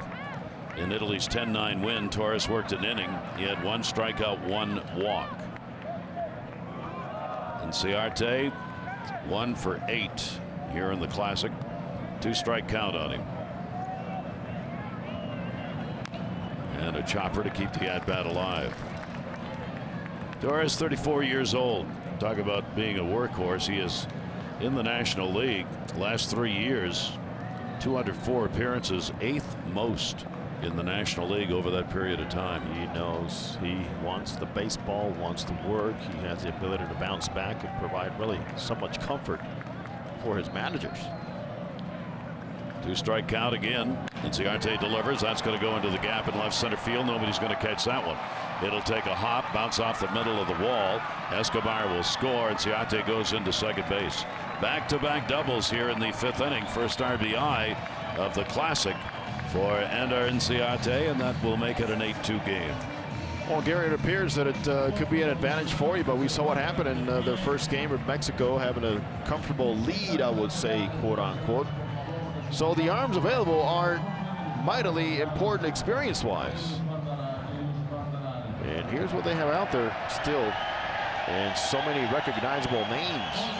And Nuno, and Gallegos, Oliver Perez, Sergio Romo, Salas, Sanchez, Soria, and of course, Osuna. Well, let's see what happens here. You saw that lead disappear when they played Italy. You don't want to see it disappear here.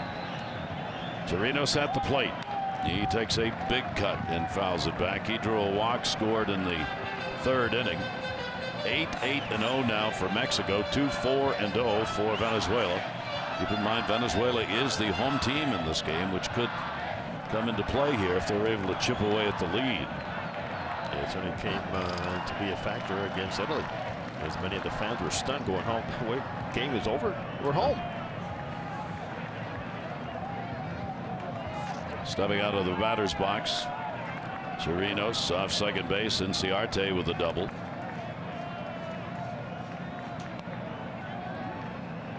A 0-1 pitch on the way to him, and a roller down to third that will go foul. Torres gets ahead of him on the count, 0-2.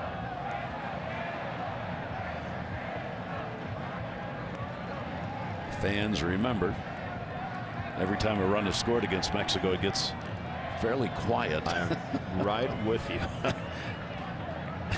They don't even want to think about who's available. They just want outs. Yeah, forget the names. Just get some outs. Get 27 of those while you still have that lead, please. It's good to see Salvador Perez. You can see him there in the dugout supporting his teammates. Popped up first base side. Gonzalez right on the line now in foul territory. Will put it away. So there's an out. Serenos is retired. One away. Salvador Perez, if you missed it earlier, he has stayed here. Did have the examination today. No structural damage to the leg or knee.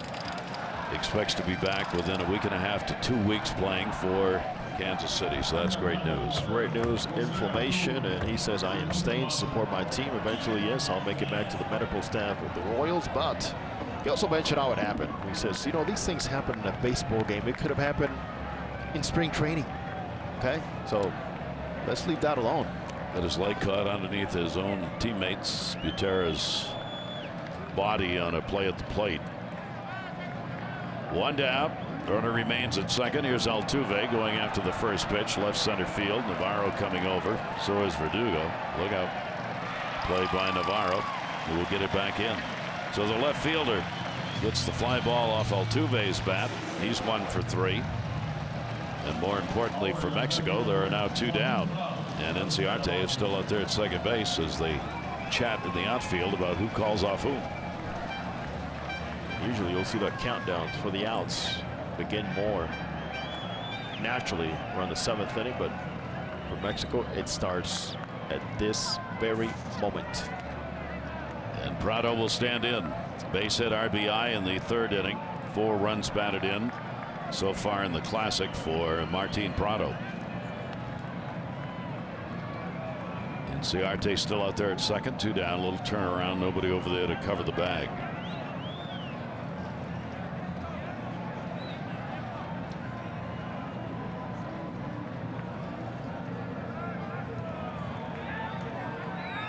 Pitch on the way to him.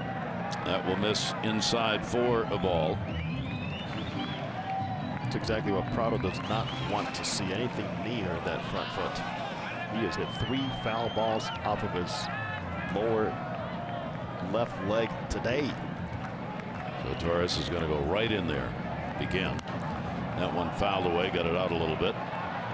And a 1-ball, 1-strike count. There's so many things that you can play in the mind games, and hitters don't want to see that. They don't want to see the baseball near that area because it's painful. As Greg Maddux used to say, the guys with a long and low crouch just hold the baseball. Yeah. Because those legs are gonna get heavy. So those things you got to recognize and use to your advantage. 1-ball, 1-strike count. Again, the step off and step out. Any little edge, you're going to take it. 1-ball, 1-strike count on Prado. That's going to be hit hard to center field. Turning around, Verdugo going back, not going to get it. That'll score Inciarte, and that'll be a ground rule double. So we've had 3 doubles in the inning. Prado delivers that one. 2 RBIs in the game, 5 in the Classic. And Venezuela's chipping away. It is 8-3. At this point, you have this part of the lineup, but that you're hoping just to keep the inning alive somehow, because you keep chipping away, and 1 swing, 2 swings away from really making it interesting here against Mexico. And so far, Torres just has not been able to get some good swings and misses, or to get good locations out of his fastball. Yep. And the fans a little restless here on the Mexico side, because here's Cabrera. He's hit into a double play. He's flying out to center field. Cabrera with a 2 for 9, 1 RBI so far for Miggy. 0-1 count on him. 5 hits on the board for Venezuela. Venezuela now 2 for 5 tonight with runners in scoring position, and they've got another one out there at second base. Tried to get around on that and fouled it off.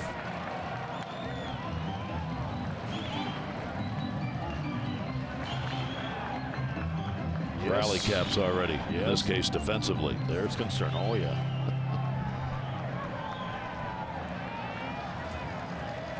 0-2 count with 2 down.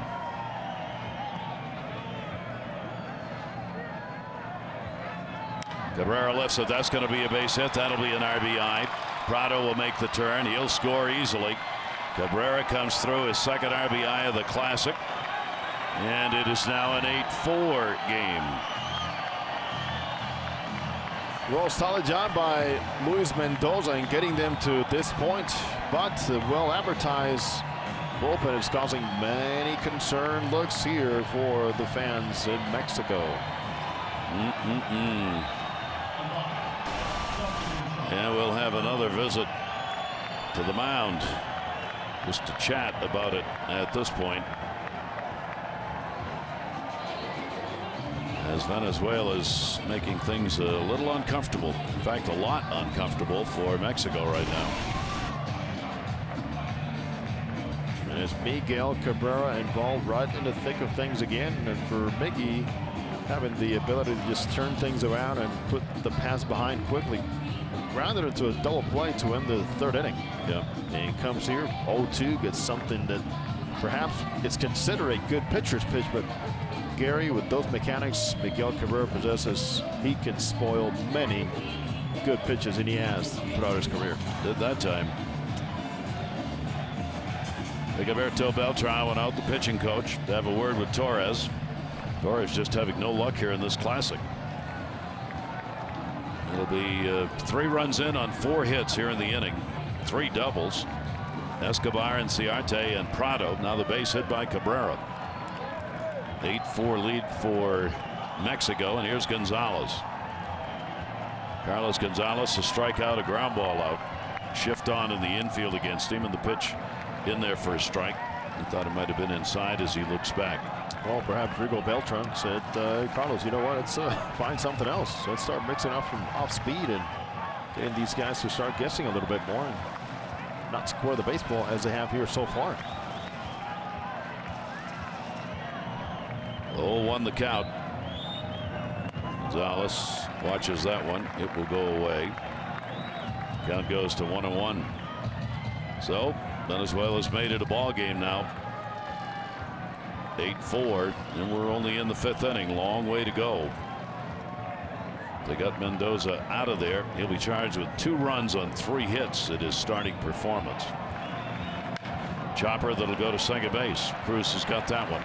He'll make the flip to first, and that will do it in the inning. So for Venezuela, they will pick up the 3 runs, doing it on 4 hits. They'll leave 1 on base. And we completed 5 with Mexico's lead now at 8-4. Earlier, Mexico had to qualify to get here. Yes, and they did it at home. Mexicali, Oliver Perez, who is also part of this team, gets the last out against Nicaragua, and they move on. And now they're trying to move on again. This time a little tougher, trying to win their first game here in the pool as they come in 0-2. Venezuela 1-1. I do love the idea, Gary, of the qualifiers. Got a glove, a hat, a sash. Coordinated with those great colors of La República Mexicana. King of Mexico, right there. Rio up will take the pitch for a strike. Well, Guerrera's job now on the mound to hold down this team from Mexico. They've had big innings, 5 runs, 3 hits in the second, 3 runs, 4 hits in the 5th. They sent 8 to the plate in the second and the 5th inning. Rio will take the pitch outside. And a 2-1 strike count. Quiroz top of the order on deck. Pardon me, sir, but talk about those qualifiers. Mexico did it. I saw the surprise in Panama when Brazil beat Panama in Panama, and also Israel. How they got in after losing the previous qualifier when they lost to Team Spain. Then some surprises. Israel, Netherlands. 2-1 strike delivery on the way. That's going to go in the hole, and that's a base hit. So he's 1 for 3. Rio gets on and turns the order over. You're right about Israel still playing great baseball as they move on to the next round. Now who's going to move out of here besides Puerto Rico? That's the question. And who's going to pitch is the other one. Bullpens will be active most of the way the rest of the game. Omar Vizquel on his way out. He wants the baseball as he's going to make the change right here. So we're in the 6th inning. A leadoff man on. Quiroz coming up. 8-4 Mexico. 2/3 of an inning at a strikeout.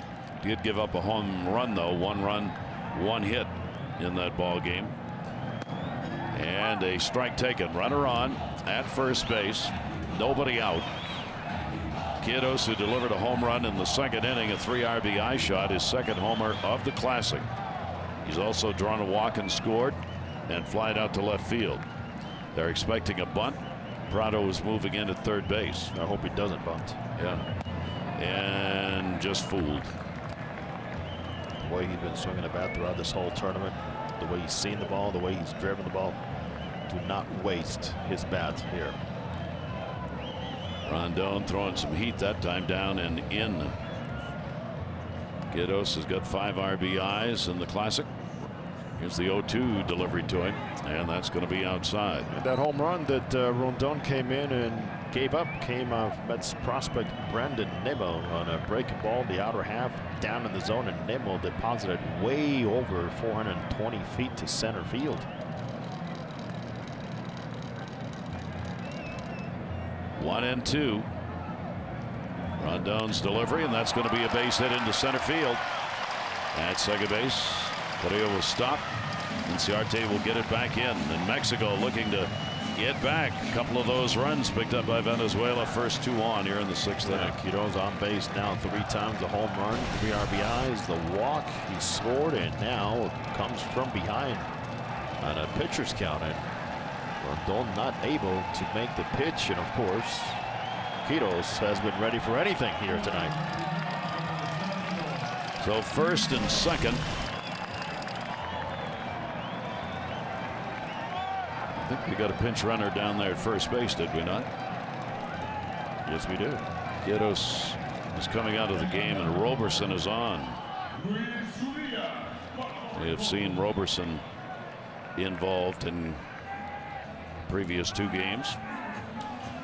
Not sure that I like this move unless there's an injury involved that we don't know about. I mean, Yeah. there's still too much game left to lose that bat, and the spark that Quiroz has provided for me so far here.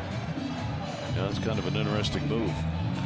Jose Castillo warming up in the bullpen for Venezuela. 1st and 2nd, nobody out. Arias, the youngster, is 0 for 3 in the ball game. 1 for 4 in the Classic so far. Rondon and his defense looking for a bunt. Prado 3rd, Cabrera 1st, both that moved in. Yes, bunt him. And no bunt on that swing. Arias with a strike. Now we'll see whether or not that changes. If you don't do it 0-0, I hope you don't do it 0-1 with a guy throwing this hard, because remember, Arias already failed a bunt attempt when he popped it up to the first baseman back in the 5th inning. At this point, just let him hit. Quiroz appears to be fine, but at this point I can see the speed and maybe the defensive issues playing a role here for the manager, Gonzalez. Not bunting, and a strike taken on the outside corner at the knees. So Rondon comes in, goes right after him here, and gets ahead of him. 0-2. Gonzalez waiting on deck for Mexico.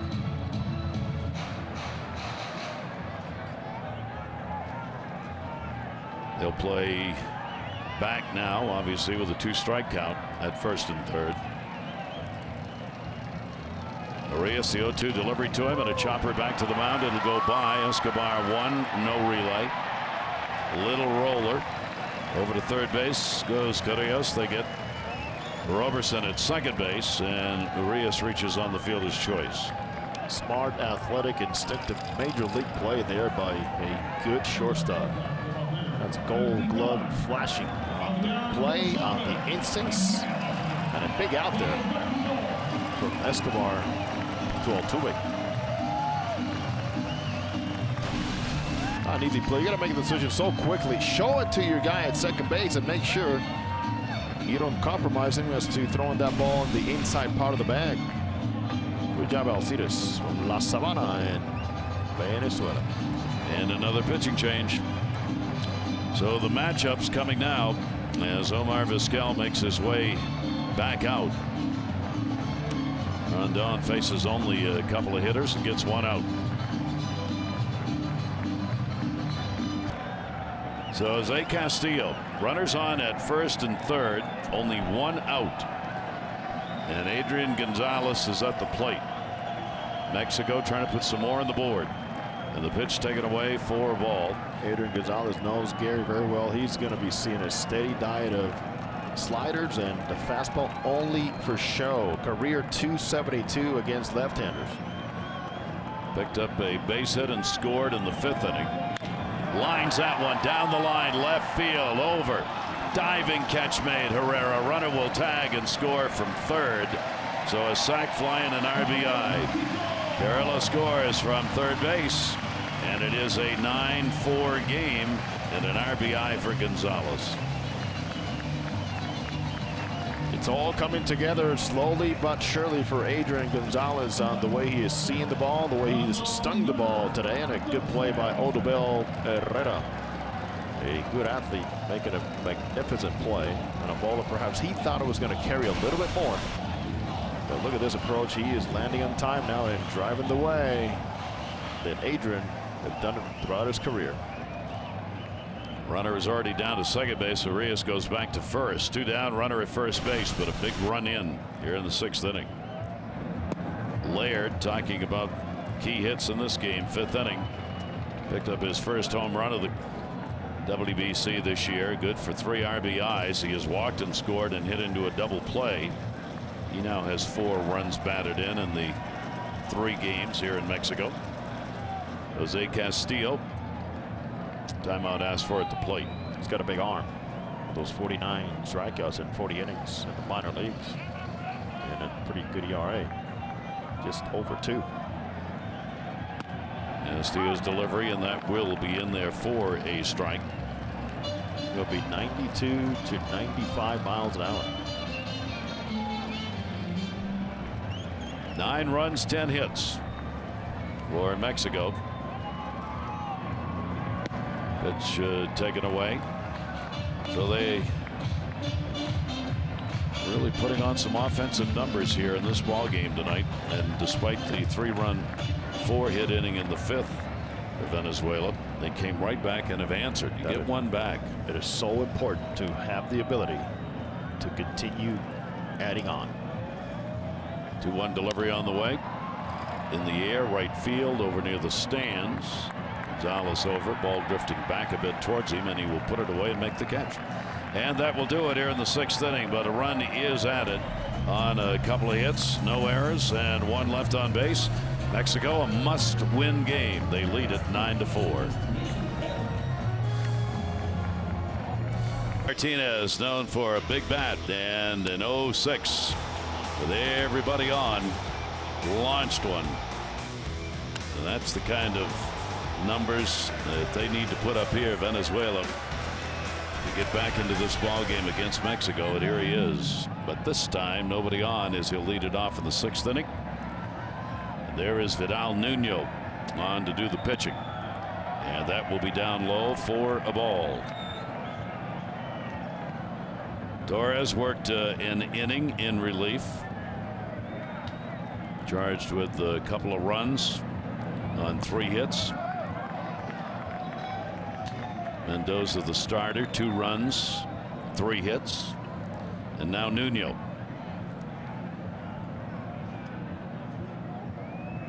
Venezuela will have Martinez, Herrera, and Escobar up, and time dwindling for Venezuela. Strike taken. Mexico wins. We'll have 3 teams with records of 1 and 2. Puerto Rico's already going. We will end up looking at the tie-breaking scenarios, as there would be a playoff game tomorrow night between 2 teams, but which 2 of the 3? That's where the tie-breaking numbers come in. Boy, that one was scorched right through the box, went off the side of the mound. And Martinez on with a leadoff single here in the 6th inning. So Gary, let's try this. Italy has allowed 20 runs in 19 defensive innings. Venezuela so far has allowed 19 runs in 16 defensive innings. So that margin for Venezuela is really growing thin at this point. Yep. Still got a long way to go in this ball game here in the 6th inning. Hernan Perez has come on to be the pinch hitter for Herrera. Nobody out, runner on at first base, and the pitch will be taken for a strike by Perez. Good looking player right here. The abilities he has to cause a little distraction for the opponent, and he can really run. Hernan Perez has had only one at bat here in the Classic. 0 for 1. Runner at first, 7 hits on the board now for Venezuela. Nunez delivery, and that is going to miss. The left-hander outside with it, and a 1-ball 1-strike count. Matchups being considered by each manager now on both sides, pitching wise, and who comes to the plate. Ball put up in the air, second base. Cruz back, will put it away. 1 down. And then you have to have the ability to say, well, I can look at matchups, but also who do I have available? Yeah. And who's getting me the outs? Nitty-gritty time in this one. 1 down, 6th inning. Martinez remains at first base. Alcides Escobar coming up. Escobar double in the 5th inning. 1 for 2. He's had 3 hits, 10 at bats here in the Classic. Nunez delivery to him is a strike. Understand, as we have had to educate ourselves, that availability throughout this tournament is not based only if a guy threw yesterday or how many pitches he threw. Is he tired or not? It's about eligibility because of the pitches that he threw. And right through the hole that was left open. Escobar's got a base hit. Down to second base goes Victor Martinez. Cruz had moved over towards second base, so he had the big hole between first and second and enough bat control to drive it that way. So he's got a base hit. He's 2 for 3 in the game. Yeah, Alcides says, vamos, let's go. It's our time. Got to keep believing. What a spark he provided for Kansas City in their championship run a couple of years back as a leadoff hitter. So Vidal Nuno in a bit of a problem here. He's an off-speed pitcher. See a lot of breaking balls, changeups. Inciarte has had an RBI double and a run scored, 1 for 2. Inciarte will take the pitch for a strike.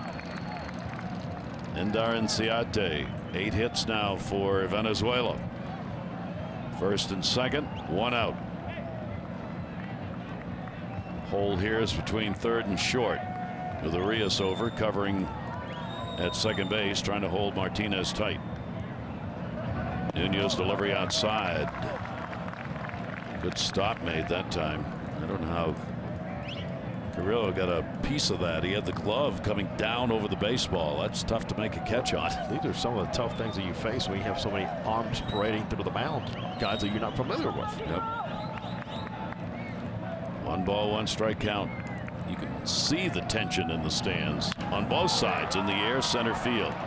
Robertson going back. Runners are playing it halfway. He'll make the catch, and Inciarte is retired. Now surprised by that type of contact by Ender Inciarte. .319 hitter last year against left-handers. Robertson is playing center. Verdugo has moved from center to right, with Quiroz coming out for Robertson as the pinch runner in the 6th inning.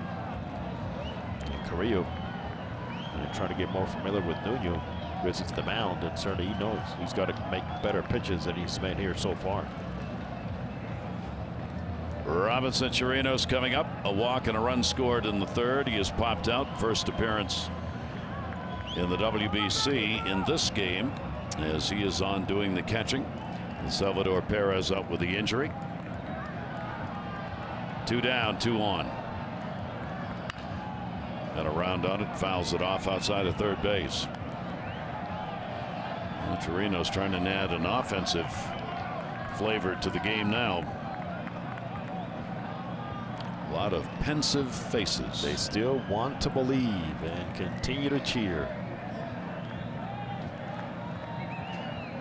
Loma Vizquel hoping his team can have a major comeback in this game. He seems pretty relaxed. It was 5-1, was 8-1. Now it's 9-4. Mexico in the lead throughout. Quiroz waiting. That'll catch the outside corner for a strike. And he's behind here 0-2. Pretty good sequence. As they went in off the plate when Quiroz spun and pulled it foul. Now they go out having Quiroz thinking inside again. And they nibble and catch the outside third.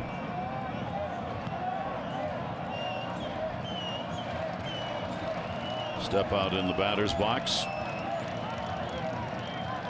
Quiroz, the 32-year-old from Venezuela.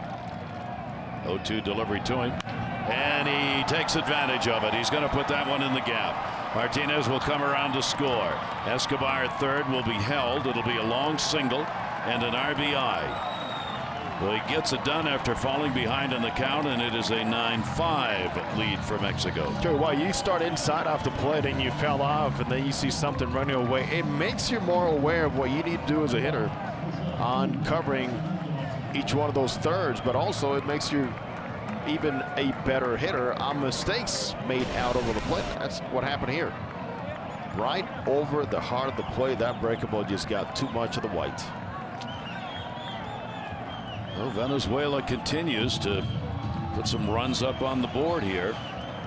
Big 2-out RBI, runners at first and third. Martinez coming across after he led the inning off with a single. It's good to see Victor running that well too. Yep. And here's Altuve. Jose Altuve, a base hit, 1 for 3. He is 3 for 11 in the Classic. Gary, they want to believe. They want to believe. And right now they want a third out. 10 hits for Mexico, 9 for Venezuela. Altuve watches that one. And a 1-ball, 1-strike count. There's a true pro right there of a hitter. Goodness. He can hit from both sides. 1-1 delivery on the way. Altuve with a big cut. Not going to catch up to that one. It was up and in. He's trying. 24 home runs last year.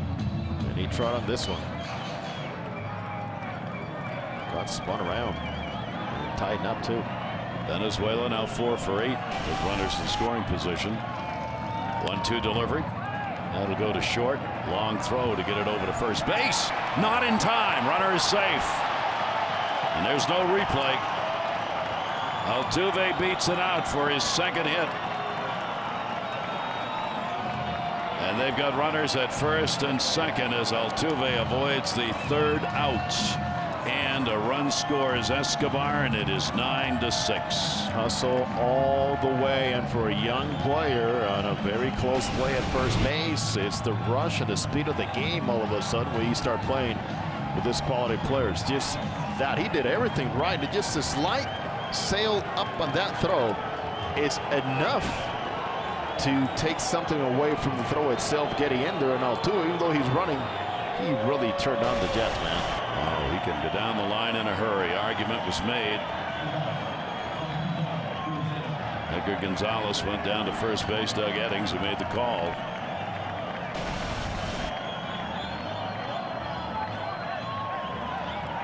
That close. Boy, what a big play that is. Now Gonzalez is going to come out to the mound with Nuno pitching. Amazing what happens when the umpire and you clearly see the glove in front of him. You see the glove going up. Different view. Yep, different view. That is going to be it for Nuno. So Nuno comes out of there. Another big inning. 9-6 game. Venezuela still with an out to work with in the inning. Romo, now a Dodger, on for his second appearance in the Classic. Runners on at first and second base. There are 2 down. 9-6. Mexico on top. Venezuela trying to add to it right here. Prado waiting on it. Will take the pitch outside for a ball. He already has 2 RBIs in the game on a double and a single. For reference, at the big league level, Sergio Romo against Martin Prado, 2 hits and 12 at bats. That is a 167 average. Romo, the highly emotional closer, reliever, 34 years old now. Inside, and the count will go to 2-0. Romo has appeared previous game, facing only 3 hitters in it. Gave nothing up, retired all 3 on balls put in play against him.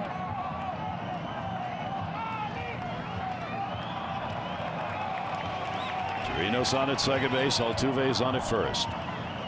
2-0 pitch on the way, and that's going to be outside. So Romo goes 3-0. Torres, the first reliever, 2 runs, 3 hits in an inning. Nuno, 2/3 of an inning, allowing 4 hits, responsible for the base runners. And so far, 2 runs. The competition has been way too much so far for the Mexican bullpen. Now the Venezuelan fans up and at him, being urged on by the dugout. 3-0. He's taking all the way. It is in there for a strike. And he's not giving. Romo says no automatic fastball here. As he spun one at 77 miles an hour.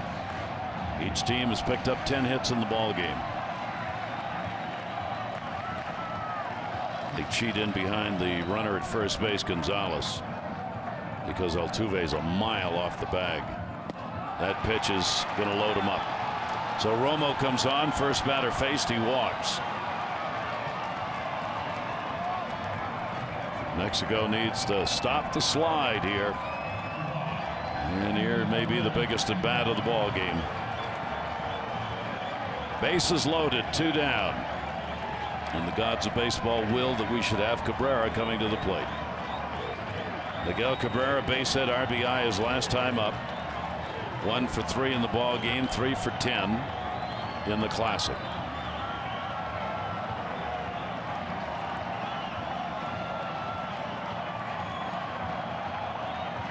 Romo with the sacks full behind him. Barrett takes it inside for a ball. So he's not found the strike zone. 5 pitches, 1 strike.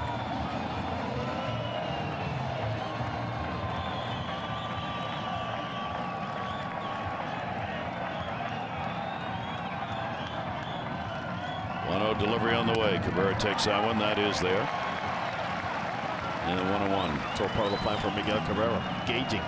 Speed, number 1. Arm angle. And, of course, he knows what he's going to see. And it's not going to be fastballs to test him out. Romo with the 1-1 delivery. Cabrera takes it. It's inside. It's going to be fastballs just to show him.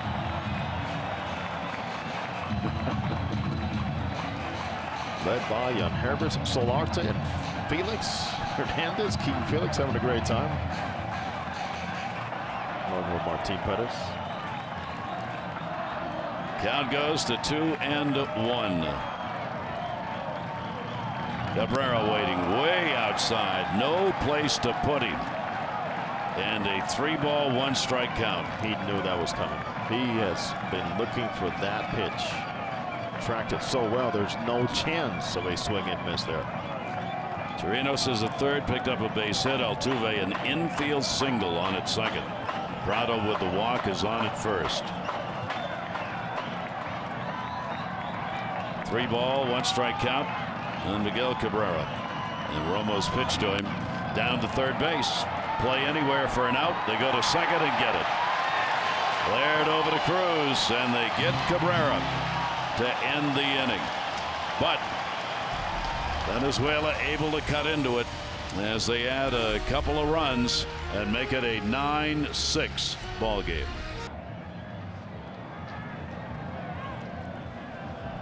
A disappointed Miguel Cabrera with the bases loaded, hitting into the fielder's choice to end that inning. But a couple of runs added, 9-6. Castillo remains on the mound, and Mexico will try and add to it. Verdugo at the plate. as we go to the 7th inning. 1 for 3 in the ball game for Verdugo. Here in Jalisco, the state of Jalisco in Mexico, the capital of the state, Guadalajara. This is their ballpark. And what a WBC set of games they have seen. Hernan Perez stays in the game in left field. He came into the game for Odubel Herrera. That ball will go towards the middle and under the glove. Verdugo's on with a base hit as Escobar could not get it. Well, and what could be the moment and highlight for Mexico, it will be this pitching sequence of Romo not giving in against Miguel Cabrera, just working the count, trying to find what is he going to go to. Is it going to be the fastball to show me? Not that slider. He got into a great hitter's count, and it was the slider he was looking for, but Romo was able to get enough off of it and separate the one he had thrown before to get Miggy to roll over it off the end of the bat. That is good pitching. And another meeting at the mound. Through 6 for Mexico, 9-11-0. Venezuela 6-10-0. Mexico got the early lead, 5 runs in the 2nd inning. Then they went in the 5th and got 3 more. They had a big 8-1 lead, but Venezuela answered with 3 in the 5th, 2 in the 6th. Try and get back into this thing. A lot of dancing going on here. A lot of pensiveness involved in it for the fans of these two teams. Now we finally get the field as booth rocking a little bit. It is full house on hand here to watch this ball game on this Sunday night. It's after 11 o'clock local time. In other words, the party's just getting started. Exactly. Restaurants are just opening up. So a runner on to first base. Amador up. Amador's had a double, a single, an RBI, and a run scored. Boy, they need a big swing from this big man right here.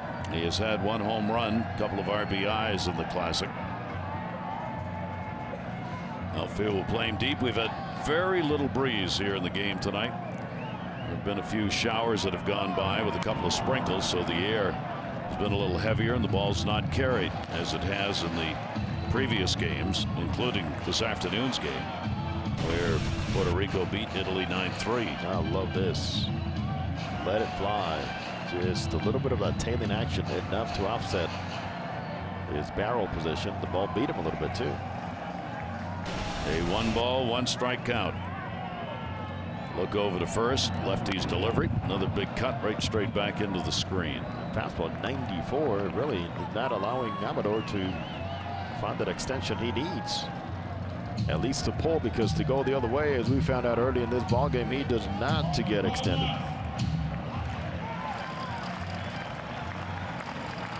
Verdugo off first base, held by Cabrera. 1-2 delivery. That'll be up high. A lot of interested eyes watching this game. Italy hoping for a victory by Mexico. Keep their hopes alive of staying in and maybe a play-in game tomorrow night. USA is waiting to see who the second team's going to be out of this pool that they'll play in the 2nd round. These two teams trying to get the job done. And a strike taken. He was not looking for that pitch, and Amador's called out. First strikeout picked up by Castillo.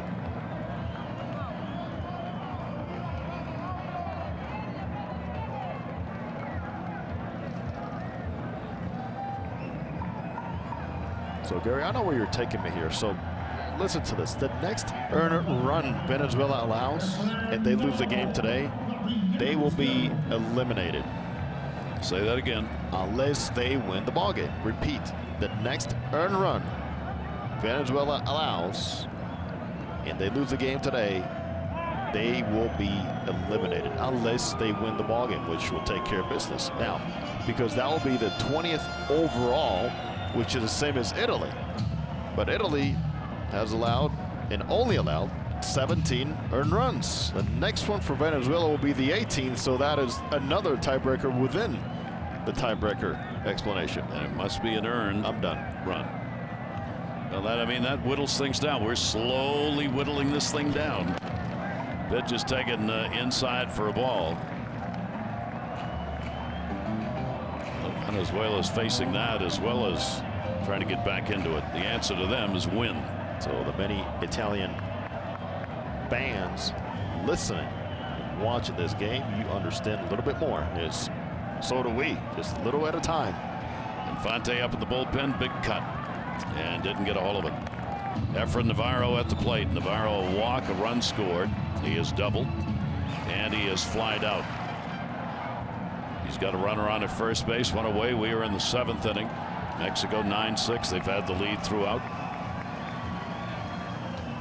5 pitchers used by Omar Vizquel for Venezuela so far. 1-1 delivery on the way.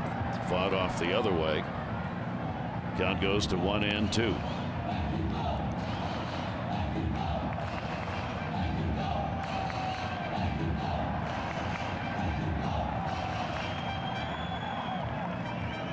She believes. She believes. She's smiling. One of the few smiles we see with a Mexican hat. So she believes. Hey, you're up by 3. Fine one. Up by 3 in the 7th. Better than the other way if you're cheering for Mexico. Tried to wait on that. Will foul it away. I think she'll feel better if we go out there and explain this whole formula. Exactly. Go Right? right ahead. Oh, there's your boy. My boy. He's a little worn out, though. The Gorilla's been very active. He's It's been a substantially longer game than he wanted to work, I think. So he's taking a break up there in the seats. He's going, hey, let's make a deal here. Where'd you get that mask? How much that cost? How many pesos? What's the exchange? 20-1. 1 ball, 2 strike count. Deal done. And a swing and a miss. Kept it down and away. And Navarro trying to hold up, could not.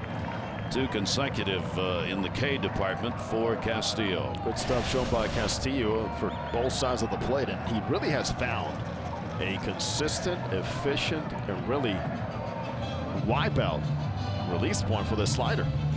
Another pitching change as the matchups continue. So Castillo will come out of there. He'll be responsible for Verdugo, who picked up the single and is on at first base. But there are 2 away, with Cruz coming up to the plate. 7th inning, Mexico 9 and Venezuela 6. Italy allowed 17 earned runs. And the next one that Venezuela allows will be, or could be, their 18th.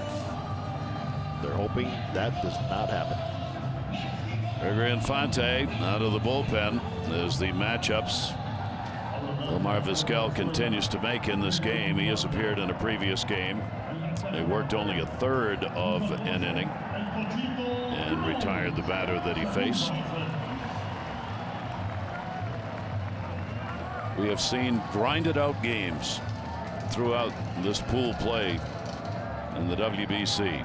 These teams have really gone at it, and this is another one. I mean, we got a long way to go in this game, and we're in the 7th inning, but you get a feeling Lord only knows what's going to happen. Here is Cruz, runner at first, 2 down. Pitch to him, over the top, misses. Cruz has had a sac fly, a single. He has grounded out 3 RBIs in the Classic so far. This calls for you to find something that you can drive. Long set, and the pitch will be taken outside. Castillo worked an inning and a third, 1 hit, 2 strikeouts. He is responsible for the base runner, Verdugo, who got the single to lead off the 7th inning.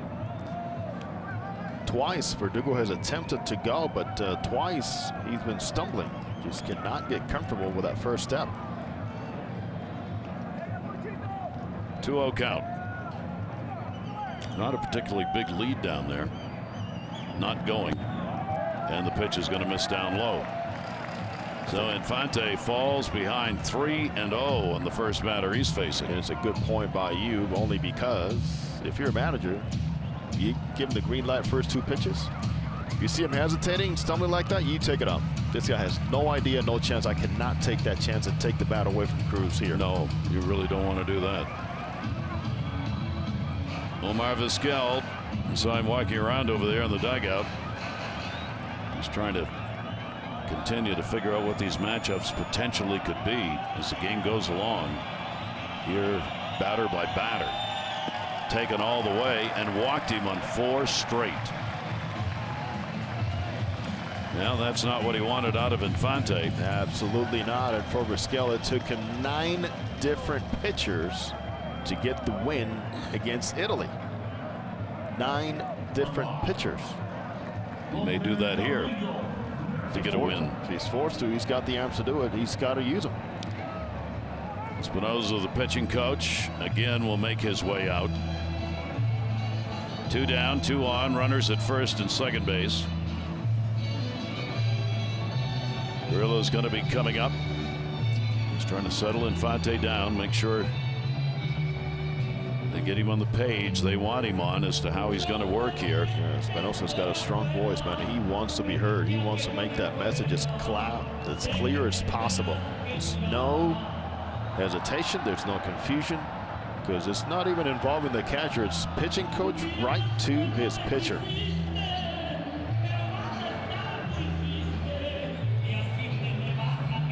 He's very passionate about his kids, he calls them. A man with a stride and a stopwatch. And many strings. Yeah, let's see what they can do with it here. 2 down. 5 walks have been surrendered by the stream of Venezuelan pitchers in this game. Grillo comes to the plate. He scored 6th inning, picking up a double. He is 1 for 3 in the ball game and 2 for 7 in the Classic. Verdugo at second base, Cruz on at first, and the pitch is inside. Every important runs. The way this ball game has gone, as we've repeated, you cannot get enough.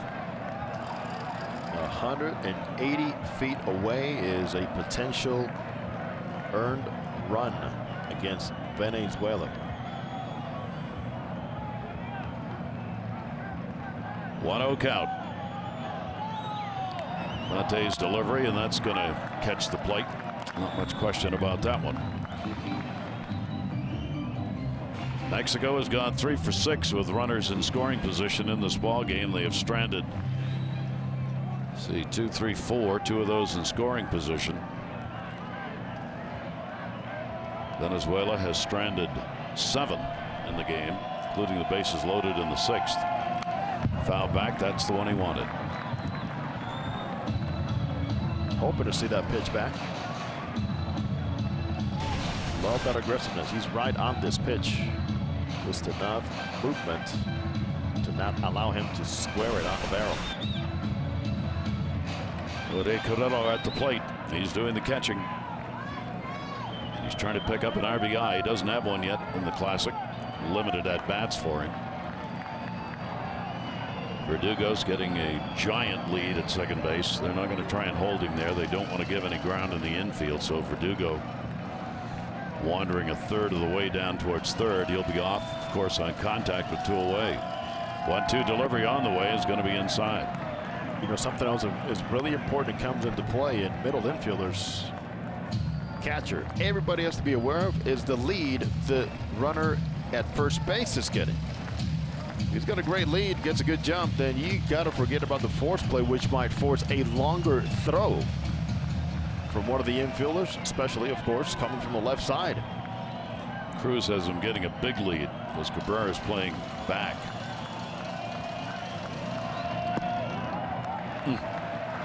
Just missed. That's the way these games have gone. When you can go 3-2 with runners on, we've generally gone 3-2 and do it again here with 2 down. So the runners will be in motion here in the 7th inning.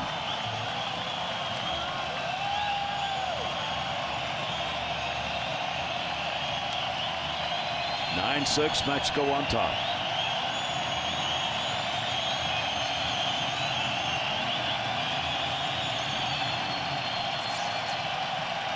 Two delivery on the way, and he walked him, and they're loaded. Consecutive walks by Infante, the 2 batters that he's faced. So now that all-important potential 18th earned run allowed for Venezuela is only 90 feet away. Staring down at his chart, Omar Vizquel. Now here's interesting. Quiroz would have been in this spot as the leadoff batter who delivered a home run in the second inning, but he came out for Chris Roberson for a pinch runner in the sixth inning. Which just seemed to me way too early. And Quiroz had by far the best at bats, one after the other. So we'll see how this plays out. Roberson up. This is his first at bat in the ball game. Pitches down low, and Torinos has had enough. He's going to go out and try and break this. Tell you what, they're taking some pitches that are just near the border of the north-south or the strike zone, and they just are not even attempting to swing. Now Quiroz, who was in the ball game earlier, second inning, is when he had a big blow for Mexico.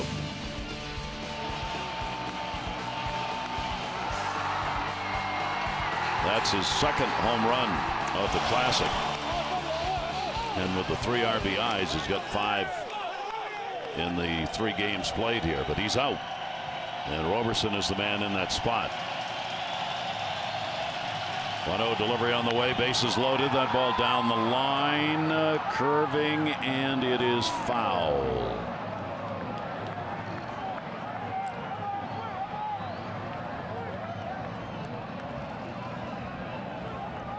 Bring them all back. Robertson, who plays year-round here in Mexico and has been doing it for so many seasons. And this is where he's found a home. 1 ball, 1 strike count on him. Verdugo at third base, got the base hit, and then Cruz and Carrillo picked up the walks at second and first. 1 ball, 1 strike. Got it in. Grounded towards right. Diving. Can't play it. 1 run scores. Throw coming to the plate. 2 runs score on what is essentially an infield hit by Roberson. 2 RBIs for Mexico, an 11-6 lead.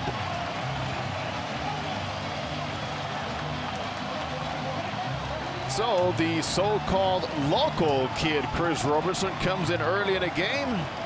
Questioned by one truly, but he really does a great job in answering the bell for his team. And keep in mind, that is another 2 earned runs allowed by Team Venezuela, which plays huge right now if they lose the ball game. But what an attempt by Altuve all the way, and a tremendous base running as we keep talking about secondary leads, Gary, and how mightily it paid off there.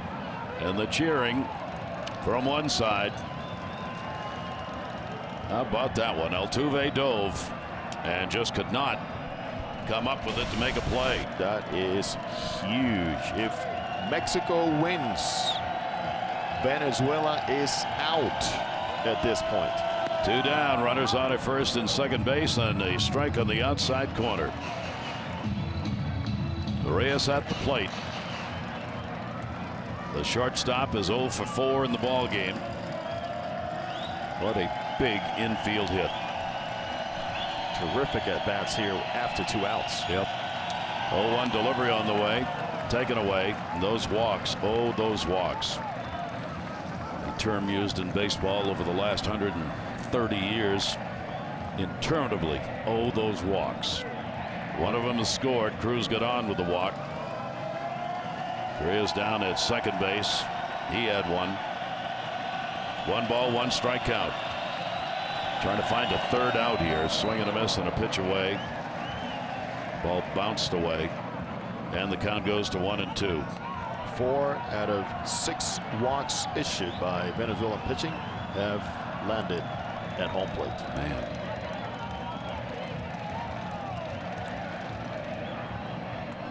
So now you talk about the urgency of protecting a lead. They have already had enough earned runs against Venezuela to really seal their fate. Yep. 1-2 delivery on the way is there for a called strike. So Infante gets it in there for the K, but a big 7th inning. Couple of runs scored on 2 hits, 7th inning stretch time, and Mexico leads it 11-6. Time, fans settle back in for a ball game right now. Mexico's got it in hand with the 11-6 lead. Venezuela gets the advantage of being the home team in this game, so the chance for a last at bat, but they've got to put something up long before they get there. We go to the bottom of the 7th. Romo's on the mound, and he gets it in there for a strike. Yeah, for Venezuela, they know 3 more opportunities at the minimum means that everybody around the lineup will get 1 more chance. Yep. Gonzalez has had an 0 for 3, 3 for 11 in the series for Carlos Gonzalez. Shift on in the infield against him. Romo with the 0-1 delivery to him will bounce away. Of the 3 games played by Mexico, the most productive obviously is this one. 11 runs on 12 hits. 6 runs on 10 hits for Venezuela. Right back at you. Yes, sir. Old blue eyes. Everybody with that kind of hat, they always find you, Gary. They do. 1 ball, 1 strike count.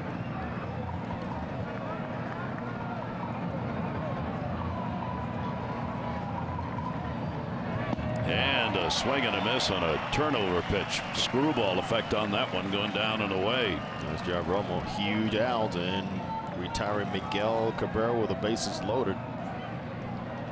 Closing out that 6th inning. And stopping that momentum.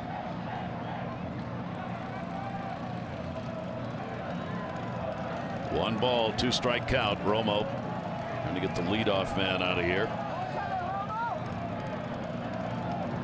And a check swing didn't go. Hoping to get Carlos Gonzalez to commit to something even more off of that slide. And here's Cargo loading up and keeping that barrel behind. Impressive thing, the overall numbers for Mexico, but the fact that Venezuela's put up runs on the board in each of the last 2 innings, and Mexico's come back and answered each time. Yeah, 2-2 is going to be fouled off outside of first base. As we talk about runs, and we're talking about the earned runs, as of now, your first tiebreaker will be runs overall, and that's already been surpassed by Mexico on the runs they have scored against Venezuela. Yeah. Now, the other issue becomes extra innings.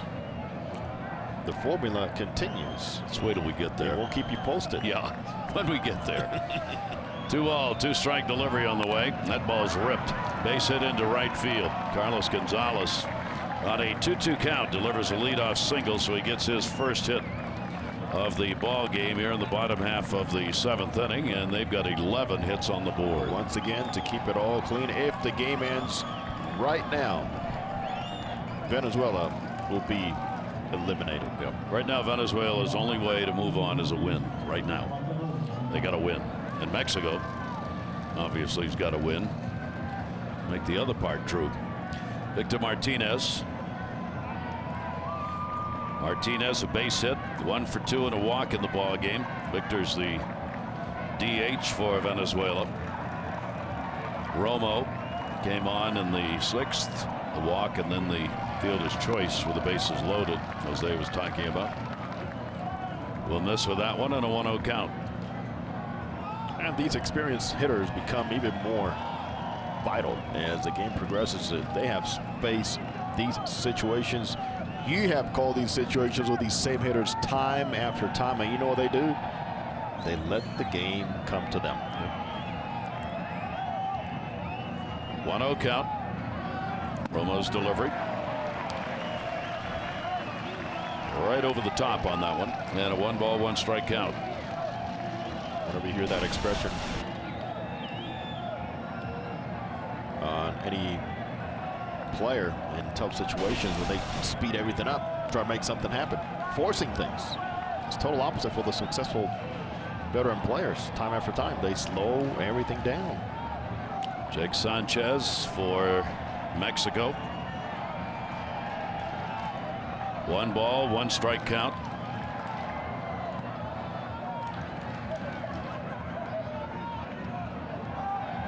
Romo's delivery to him.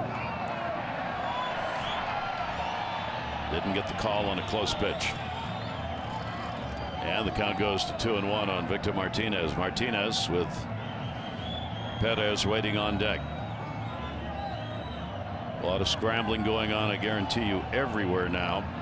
Team Italy's trying to figure out, all right, what if this happens and we get to play tomorrow night again? Who do we have available to pitch? They'll go through that. Somebody's doing that for each of these two teams, just in case. Correct. 2-1 delivery on the way. Down the line. Headed towards the fair pole. And goodbye! Home run! Victor Martinez, a 2 RBI homer here in the 7th inning. And we grind it on. Make it 11-8. Venezuela comes out. That will pick up the energy level for Team Venezuela. And Victor Martinez really slows it down around third base. A no doubter from a true professional hitter. Slow everything down, and the game will have a way of coming back to you. Look at this. After missing a sinker around the knees with the bottom dropped off, Victor got it. He knew it. Got some serious lift out of this one. What? What a ball game. Martinez right down the line.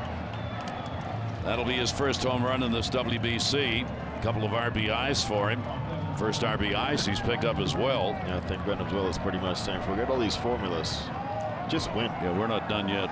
We got to win this ball game. Just win, and the formulas won't matter. So here in the 7th inning, first 2 up are in. And here's Odor, who will pinch hit.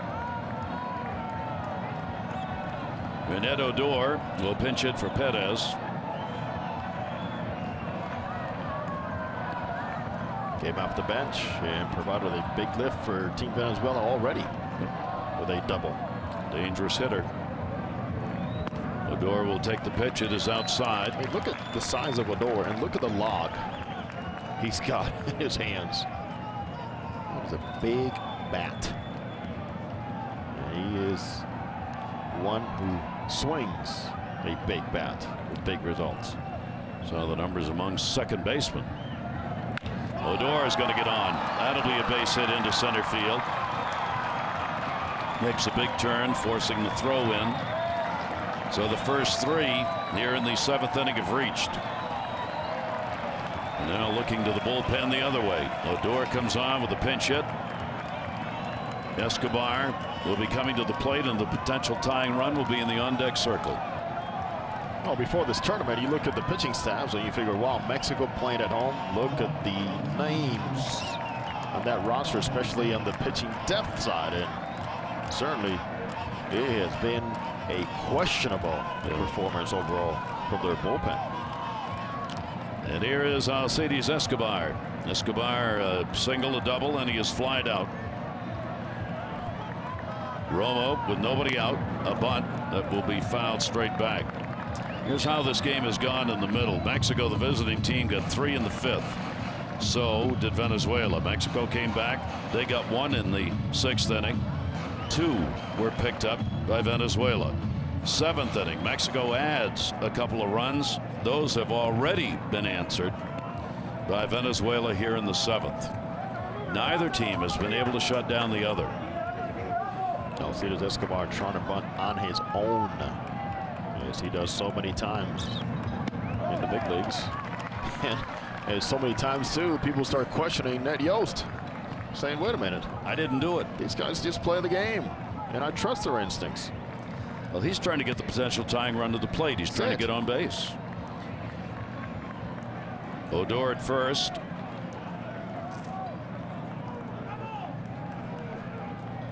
One ball, one strike delivery on the way. Jammed him. That hurt. He fouled that one right down on his leg, foot, ankle, and is staying down.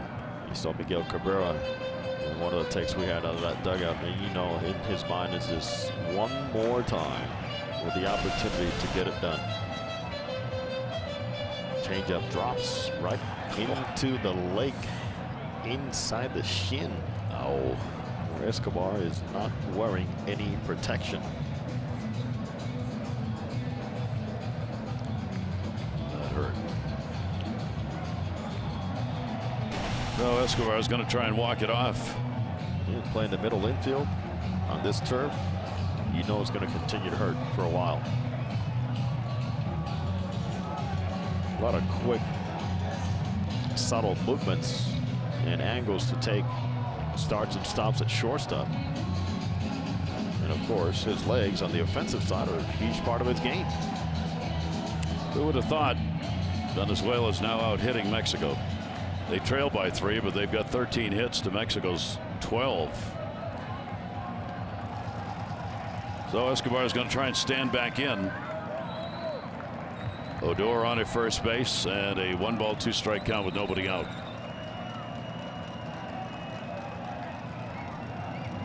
Romo the look in the 1-2 pitch. Escobar reaching. He's got a hole over there. That's going to be knocked down. It'll be a base hit. Escobar is on with a single, a 3-hit game. He is 3 for 4. Runners on at first and second base, and still nobody out. Gonzalez, Martinez, Odor, Escobar. Spell success for Omar Vizquel, exactly the way he wants it to go and develop here later in this game. And his leg feels just fine right now. So that will bring Edgar Gonzalez out, and Romo is out of the game. All 4 in the inning have reached. 2 of them have scored.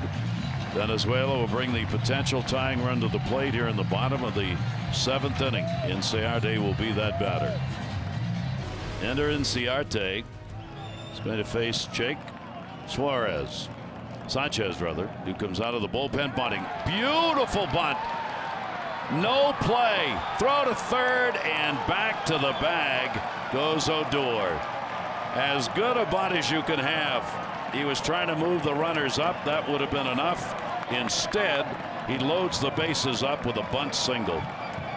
Just an instinctive move there by Inciarte, who's got great bat control. And boy, what a better time to go out there and just deaden a bunt on a pitch that ideally for you is perfect as it's tailing away. It catches the end of the bat to get the spin you need and forget that ball to not roll on that turf. Wow. How about this comeback? Venezuela's now loaded them up. 7th inning, nobody out. They are a loaded, confident, outstanding team, and they are making it quite interesting, and this is not over. Chirinos is at the plate. Delivery to him will be in there for a strike. Venezuela has now gone 7 for 12 with runners in scoring position in this ball game. Yet they trail 11-8. Jake Sanchez, 27-year-old Oakland organization. Double-A ball this past year, went 7-5, 3.10 ERA. Averages about a strikeout per inning out of the bullpen. Timeout asked for. Actually by the shortstop that time. 0-1 the count. Chirinos waiting on it. 1-1. Well, just as relaxed as Omar Vizquel is in that dugout, I think it's passing on to those players, which is great. All the pressure is on the home team in terms of country, but not the home team in terms of where they are with this ballpark and this game. Yep, Mexico's got to win. 1 ball, 1 strike delivery on the way. Ow! Caught him right in the back. A tough RBI. Hit by a pitch. Congratulated by Odor as he heads to first base while Odor scores the 3rd run of the inning. And it is 11-9.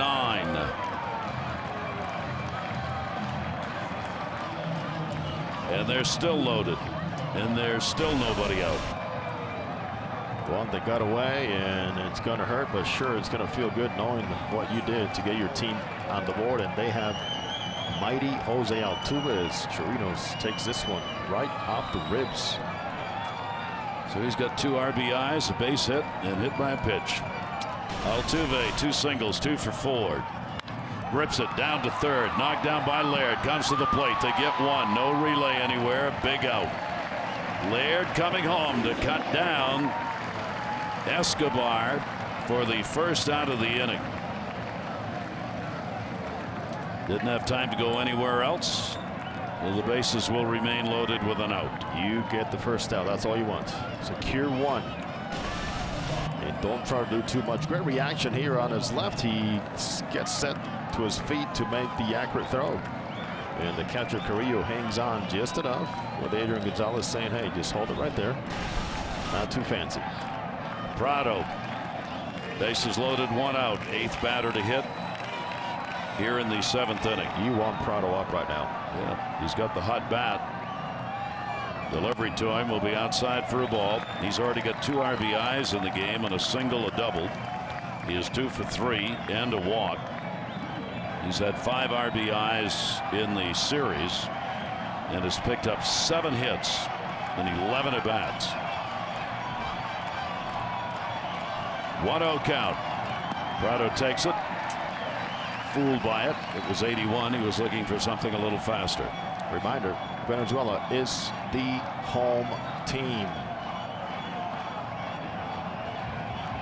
They are out hitting Mexico 15-12, but trail still by 2.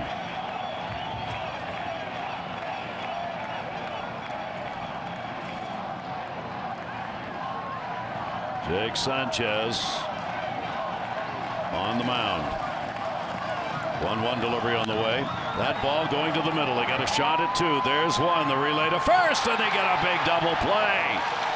Arias to Cruz to Gonzalez. Just what they needed to end the inning. 3 runs in for Venezuela. They will do it on 4 hits. But Mexico still has the 11-9 lead. Goes on. Mexico up 11-9. Big double play in order to protect their lead. And Suarez is going to come on to do the pitching. There's the bullpen situation for Venezuela.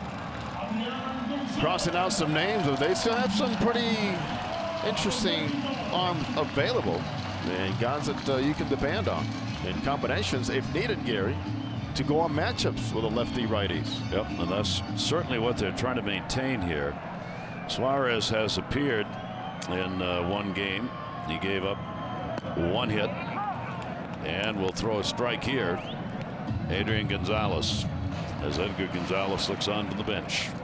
And as the score keeps getting closer and closer, this mathematical formulas keep getting crazier and crazier. Yep. And all the way to the backstop. Infante worked a 3rd of an inning, charged with a run on a hit, 2 walks and a strikeout. Castillo worked an inning and a 3rd, 1 run, 1 hit, 2 strikeouts. Rondon worked a 3rd of an inning, 1 hit, got an out.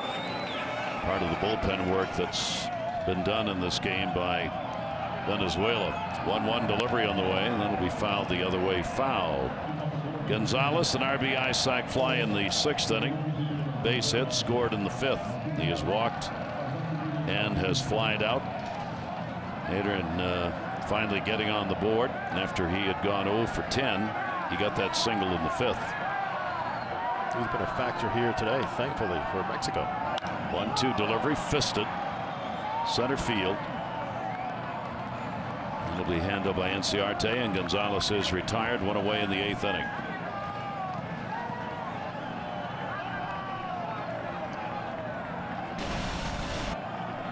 Let's take a look at Chirinos here. He wanted that pitch a little lower than what he got, but they got away with it. Here's Brandon Laird. Laird's had a big ball game. 3-run homer in the 5th inning. Walked and scored in the 2nd. 2 for 3 in the game and 4 for 12 in the WBC. 1 down, base is empty. Strike by Suarez on the inside corner.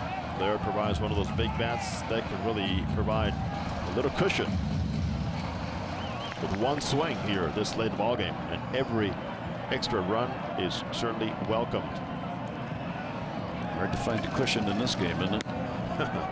Pitch is taken outside. Deciding the second team to go from this pool is what this game is all about. Puerto Rico's already gone 3-0. They're going. But Italy, Venezuela, Mexico are still in the running. Brandon Laird goes after a pitch that had some dive on it. And a 1-ball, 2-strike count. Suarez on the mound, a veteran, 26 years old, in Japan. 58 games, 53 innings with a 3.19 ERA this past season. 1-2 pitch on the way, and he'll bounce it. Verdugo be waiting on deck. And for Omar Vizquel, as the parade continues, it took 9 pitchers to stop Italy in a close ball game. And as you mentioned, Gary, if it takes 9 or 10 today, So that's what it is. Yes, all he wants is some zeros to get the offense back in charge. Another bouncer. Wow, he's trying to decapitate his catcher. Trying to be a little extra fine. Also, be careful, Quinn Wilcott, our good friend back there. Sereno's going to take a little walk here after that one got him. Thankfully, he's got the hockey mask on where he can turn his head and still have a lot of protection. Look at Walcott. The umpire's got both hands up just in case that thing comes through. Got to give it to the umpires. And Quinn Wilcott, Doug Eddings, Michael Ujor, who was from Spain, Santos Castillo, Dan Bolino. As we told you, Jesus Flores has been added to the roster for Salvatore Perez, who is out with the injury. We're going to get a trainer health check here regarding the pitcher, not the catcher, on those last 2 throws that were bounced. Whether something's wrong here, Vizquel's out there. Omar had to rush out there, and certainly that's something he did not want to even contemplate right now. So got a blister going here. Have to get somebody out of there. He's trying to just sink the off speed, and there it goes. There's something wrong with that right hand. I think he's got a blister the way he was rubbing his finger there after the pitch. They want him to try and toss a couple.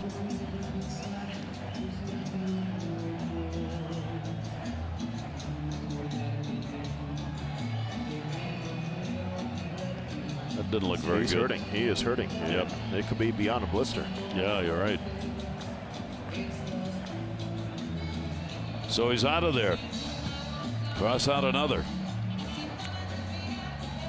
Well, he only lasted for 1 hitter, getting the fly ball out, and a couple of pitches to Laird, and he will come out with an injury. And now we'll see who's next.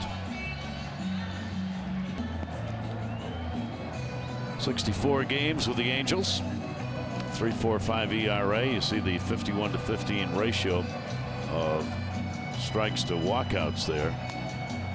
So far, 2/3 of an inning with a strikeout in this WBC. Oh, Jose Alvarez is not afraid of the strike zone. He could provide Omar Vizquel actually some length if needed, because he could be effective against both right-handers and left-handers. And at this point, you got to get the outs however you can. Yep.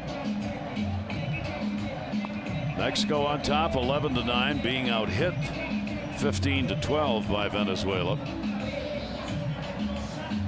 Count is going to be 3 balls and 2 strikes on Laird,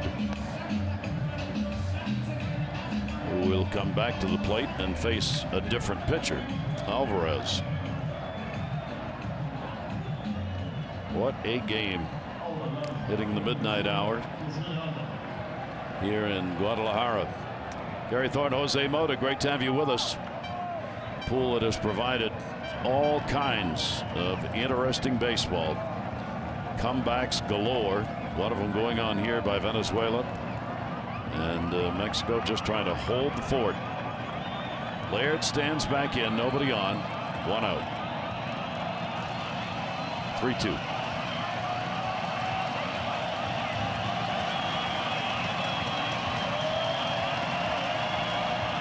And a swing and a miss.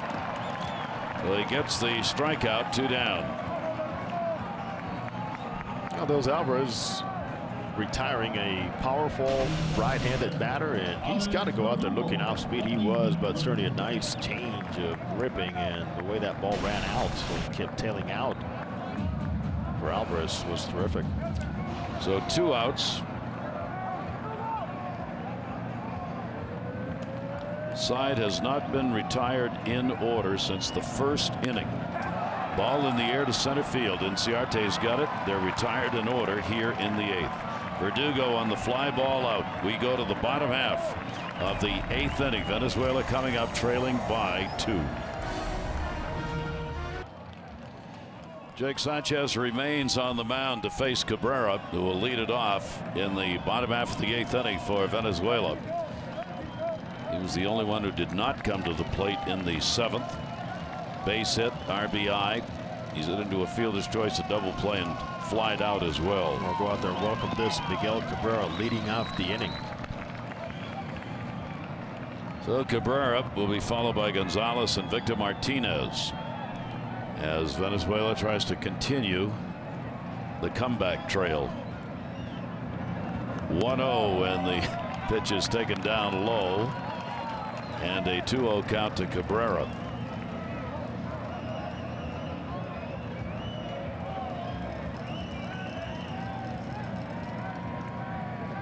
Mexico has got to win this to keep any hopes alive to go to the 2nd round. Venezuela wins this, they will be the 2nd team out of this pool. That's all they're looking for. Win it and forget about any other mathematical formula. Just win and move on. 2-ball, 1-strike delivery on the way. That's going to be outside. He's being very careful here. Sanchez nibbling away at the corners on this at bat. The count goes to 3-1. I prefer that he goes out there and challenges him. There's a guy coming after him. It's not easier, and you want to see him with somebody aboard. Carlos Gonzalez. He didn't, and he walked him. So Sanchez surrenders the walk, a leadoff walk in the 8th inning. And the potential tying run will come to the plate, and Edgar Gonzalez will come to the mound, the skipper for Mexico. Romo was charged with 3 runs, 4 hits, and a third of an inning. Nuno, 2 runs, 4 hits, 2/3 of an inning. Torres, 2 runs, 3 hits, and an inning. The bullpen has done nothing to help out here for Mexico. Pitching change. Is Oliver Perez, 35-year-old veteran, his 4th WBC appearance. Numbers with the Nationals. And now, with a runner on at first base and nobody out, he takes on Gonzalez. Carlos Gonzalez will take the pitch for a strike. Once again, Venezuela has the potential tying run at the plate, down by 2. And they have enough thunder to quickly make those walks count for them. They've scored 8 runs in the last 3 innings. 0-1. Not a big lead at first. And that will just miss. Carlos Gonzalez watching one go by. Got a base hit in the 7th inning and scored 1 for 4.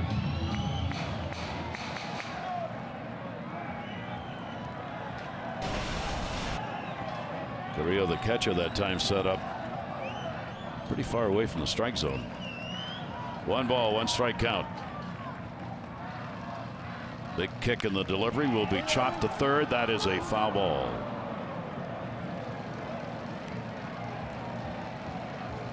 So Gonzalez will come back with a 1 ball, 2 strike count. Carlos Gonzalez has only faced Oliver Perez 1 time in his career during Major League competition. Strikeout, and on another plate appearance, got a walk.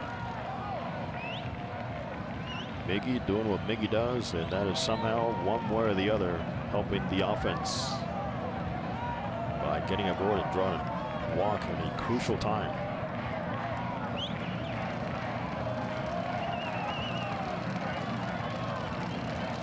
One-two count. Gonzalez broken bat. There's 1. He's got to put a tag on here, and there's the double play. Boy, was that scary. The barrel of that bat is in shallow right field. It went right through the conglomeration of players where that ball was hit. Fortunately, didn't get anybody. There's a big double play. Shattered bat, and it seems like the catcher Carrillo took a piece of it himself. Wasn't be intended to, but boy, what a huge hit. Here's the extension that Carlos Gonzalez could not get as that bat snapped. Now watch the barrel roll close to Miguel Cabrera. Well executed double play by Adrian Gonzalez. Miggy in no man's land. Yep. Boy, that's a big double play. 2 down, takes that leadoff walk off the base pass. Huge. Whew. And brings up Victor Martinez now with the bases empty and 2 down here in the 8th inning. Turns his back to the hitters, gets it in there for a strike. Don't know if you saw in that replay, but there was a sliver of that bat, a substantially sized one, that almost caught Correa, the catcher. It stayed right there at the plate in the air. Man, seems to me we've had so many close calls, these ash bats that shatter into pieces. In just the last 2 years, there's been significant improvement. 0-1 delivery on the way, and that'll be foul back.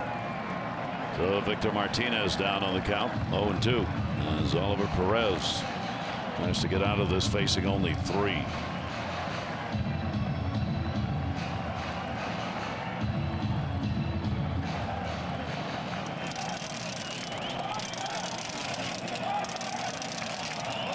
A lot of folks are going to be late for work here in Guadalajara tomorrow. 0-2 the count. Well, they want the happy version of late to work because they want to celebrate a W. Yeah. It's down to 56 degrees now, dropped 10 degrees since we started. 0-2 delivery on the way, and that'll be high and away.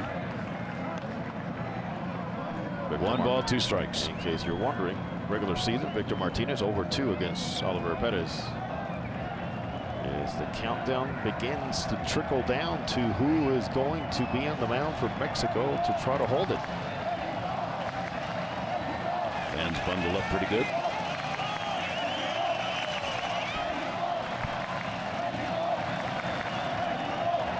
Victor Martinez waiting on the 1-2. Perez delivers to him, and that'll be way outside. Got a lot of arms and legs coming at you with Perez on the mound. Oh, yes, you do. And he is not afraid to go out there and invent, to make up something just to throw that deception. There's one of them. Slight pause. That's about as normal as you will see him deliver a pitch right there. He sometimes turns his back, sometimes doesn't, sometimes holds the leg in the air, sometimes doesn't. And he will also quick pitch once in a while. Victor Martinez. 2 ball, 2 strike count. Homered his last time up. And the off-speed pitch had him fooled. He reached out and bats it away to keep the at-bat alive at 2-2. That's an excellent pitch right there by Oliver Perez. Odubel Herrera out of the game, but certainly quite happy to be part of the squad and to be cheering on the bench. Victor Martinez is out of 2 for 3 and a walk in the ball game. Thinking about what might come here with a 2 ball, 2 strike count.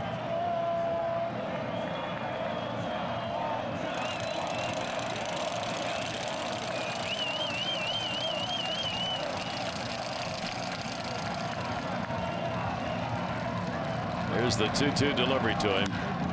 Pops it up, foul territory.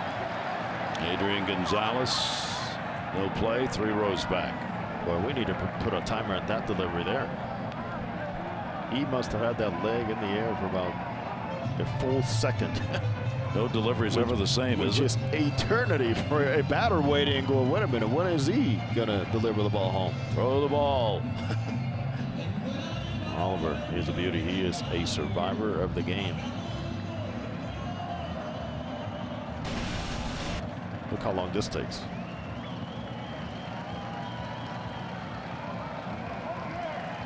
Victor was right on it, though. Pretty good balance, huh? Nice yoga move. Count remains 2 balls, 2 strikes, or 2 down, nobody on here in the bottom of the 8th. Mexico's led throughout. They're still up by 2. That ball drilled in the air to left field, but it's going to stay up. Line drive caught. Navarro over to get it, and that will be it. Martinez.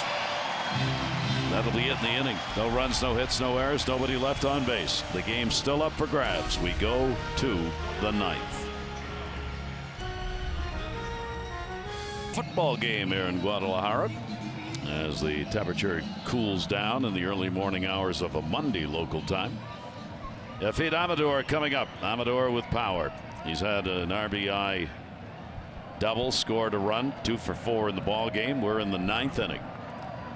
Mexico batting, trying to add to their lead. The home team Venezuela will get one more shot at it. Boy, what was the temperature drop? About 15 from this degrees? Afternoon it did. Yes. Yeah. Well, it's dropped 10 degrees since we started the ball game. That ball on the big cut's going to be fouled back up overhead. Mexico has suffered 2 losses. 10-9 Italy, 9-4 Puerto Rico. They're looking for the first win, and will it be enough to move them on to the 2nd round? That's the question. There'll be lots of calculating going on. And Venezuela says we have another chance, and we want to just silence everything and get a W and move on. Yep, they win, they go to the 2nd round. Fouled away on a jam shot right there in a 1 ball 2 strike count.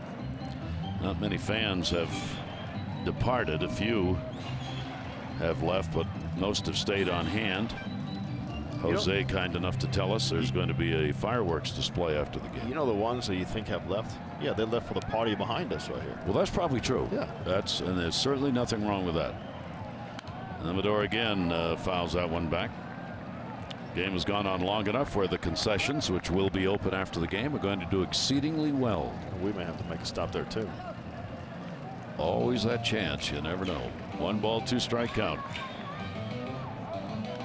Amador, Navarro, and Cruz, 6, 7, 8 in the order. Got Odor playing 3rd base now. Prado, who is playing 3rd, is out in left field. They changed that inning ago when they were making some changes.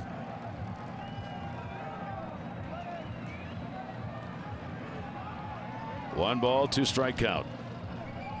Left-hander Alvarez on the mound, got 2 outs in the 8th. That ball's fouled back again. Now he's trying to get the outs here in the 9th inning.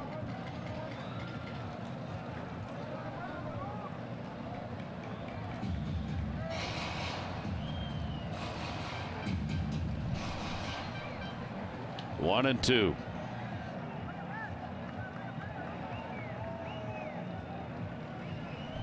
So Luis Juarez is on the on-deck circle. We will get a pinch hitter for Navarro, apparently. That's going to go towards the gap. It's going to fall in for a base hit. And Amador is on here in the 9th inning. A 3-hit ball game for him and a leadoff single in the top of the 9th. Is there the speed on the bench they need? Yes, they do. They have it. This is the time to go out there and get some legs. Anything that could be added here, and he'll get a big hand as he leaves. That is well deserved. Manny Rodriguez will come on to run for him at first base. Amador out. Great night for local hero Yafid Amador. Manny Rodriguez has been in games here in the Classic. So he takes over the DH role, but what really matters here is spring speed. Beautiful leverage swing. He actually tucked in his front elbow near his big body and able to get the barrel out on times when you see a lot of guys get beat. That's how strong he is, huh? There's an idea about hitting and getting the barrel out. As does this man right here. Luis Juarez coming to the plate. He's a pinch hitter for Navarro. Navarro had a double. He was 1 for 3 in the ball game. Juarez will have to wait as the throw over is made to first base. Manny Rodriguez has been quite jumpy since he took the field, and He's probably been running in those tunnels for about 3 innings. Yeah. Waiting for this chance. Wondering when his chance would come. So here it is, son. Just try not to get picked off. Juarez has had a couple of hits and 4 at-bats in the WBC. Second throw.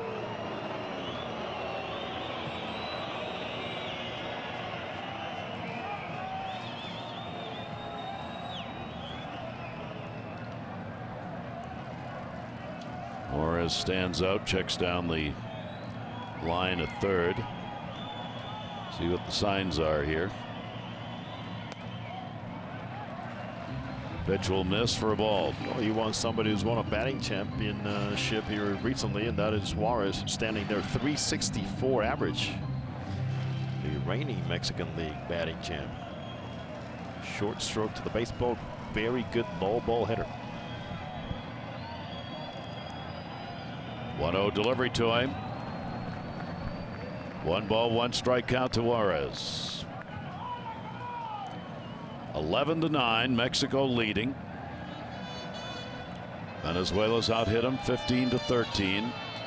Venezuela's had the potential tying run at the plate a couple of times in the ball game and not been able to get it in. Now Mexico's trying to extend the lead here in the 9th. And Venezuela is the home team. Yep. 1 ball, 1 strike delivery on the way, and the heater in 2-1.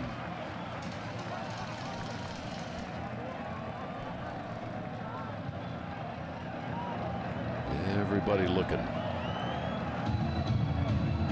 It's a time here where you cannot afford to miss a sign or be confused by something that you think you saw, but it's not there.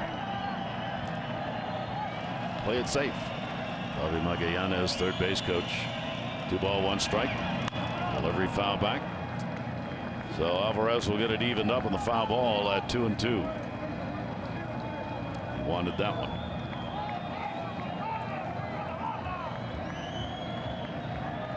The question is whether or not Rodriguez would be running. I certainly would think not. 2 ball, 2 strike count. Extends the lead at first by perhaps half a step. Not going. That's going to go to center field for a base hit. Played back in by Enciarte, and the first 2 are on in the 9th inning on singles. He can hit. He can flat out hit. And he was not on the original roster for Team Mexico. But boy, we have this knowledge of the strike zone, quick approach, short approach, and the way he handles a big league pitcher, that is admirable. Manny, a lot of jumping around as of late. Get to the second base. Yeah. That'll bring Omar Vizquel to the mound, the skipper for Venezuela, who has worn a path trying to find the pitchers who can get the big outs for him. He's going to discuss things here as they are there with Edgar Gonzalez, the skipper.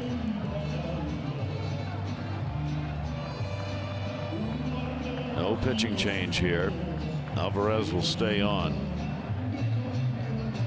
Runners at first and second, nobody out. You got Cruz coming out, number 8 hitter, then the catcher, Carrillo. Do you want to try and bunt? Do you want to move him up in a scoring position? I do not take the bat away from Luis Cruz right here to have my number 9 hitter come up. Would not do it. Cruz has picked up a base hit. He's walked and scored. He's had a sacrifice fly RBI in the ball game as well.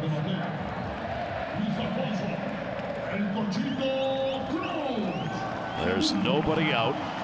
They'll play in at first and third. Cabrera really in at first base. Swinging away in the air to left center field. Runners will tag. Prado makes the catch and throws behind the runner into second base. So Cruz retired on the fly ball out, 1 away. That runner's going to be at third base. I mean, think about what your outfielder just did. He was thinking, I'm not going to let the guy from first to second base get there, but I'm going to give him third base. He played it halfway, never went back to the bag. That is a base running mistake. It's Manny Rodriguez, the pinch runner. Got a tag. This ball has enough lift, and you have the outfielder going to his side and going back. And Prado says, I don't care about what you do from second to third, but from first to second, you're not tagging. That was a free base. Wow. One down, still first and second. Jorge Carrillo up. Doubled and scored, walk, struck out, flied out. And by the way, Prado played it right. Yeah. He's thinking about the secondary runner. And he is not a particularly strong arm in the outfield. Pitch on the way will be in there for a strike from Alvarez, trying to maneuver his way through the ninth inning after the first two reached on singles in the ball game. Rios had in the WBC 3 hits in 7 at-bats. In the 9 spot, Roberson, leadoff batter, on deck. The 0-1 delivery by the lefty in the dirt. Chirinos makes the stop on it.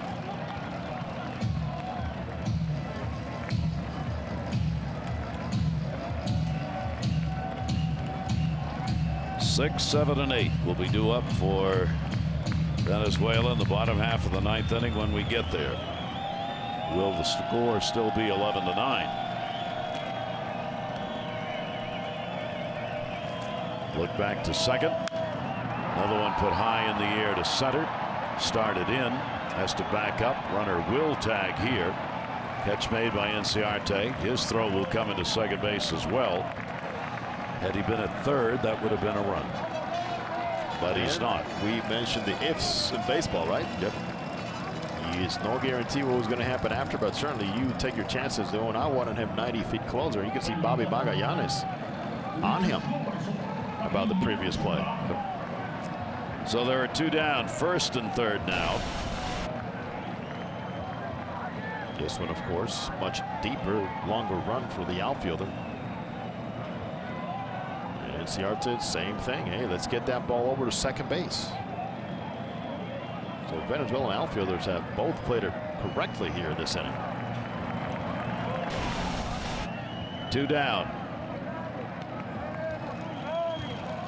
Roberson, the leadoff batter, came through with an infield hit and 2 RBIs in the 7th inning. Boy, what a big hit that was. I guess it's a difference in the game right now. Came on for Quiroz, the starter in the leadoff spot as a pinch runner.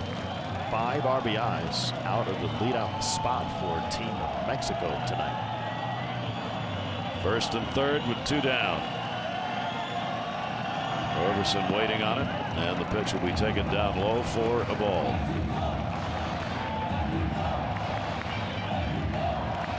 Mexico 4 for 10 with runners in scoring position tonight. Trying desperately to add 1 more at least here in the top of the 9th inning. Omar Vizquel hoping a matchup holds the score where it is. Shallow right, called for and put away. Good job by Alvarez as Gonzalez makes the catch. First 2 are on, but neither score. Can Venezuela do it in the bottom of the 9th? 9th inning, we have seen Italy come back in one of these situations against Mexico. They scored 5 runs without recording an out against Mexico to come away with the win. Mexico has seen this. Now they got to stop it as Venezuela bats in the bottom of the 9th. Mexico up by 2. 11-9. They're on top. Odor will take the pitch. Odor delivered a single, scored a run in the 7th inning. And manager Edgar Gonzalez has the matchup that he thinks is the appropriate one here with Perez against the lefty hitting Odor. Run at Odor. The 1-0 delivery to him, and that's going to be fouled back. That'll be out of play. Now things can still change regarding who's going to move to the second round. It's 11-9. Mexico leads. If it stays 11-9 and Mexico wins by that score, Venezuela will be eliminated, and it will be Italy and Mexico in a play-in game tomorrow. That's the way it stays as of right now. At the moment. 1 ball, 1 strike count.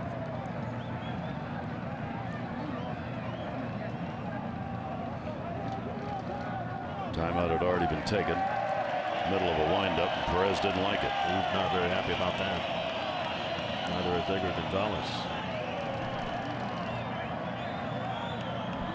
And it could be not just that the umpire called it late. It's not necessarily that. It's just if you're one of those pitchers that does not pick up the target until late, well, guess what? You're not going to see the sign until late. Yep. That was a timeout asked for by Odor.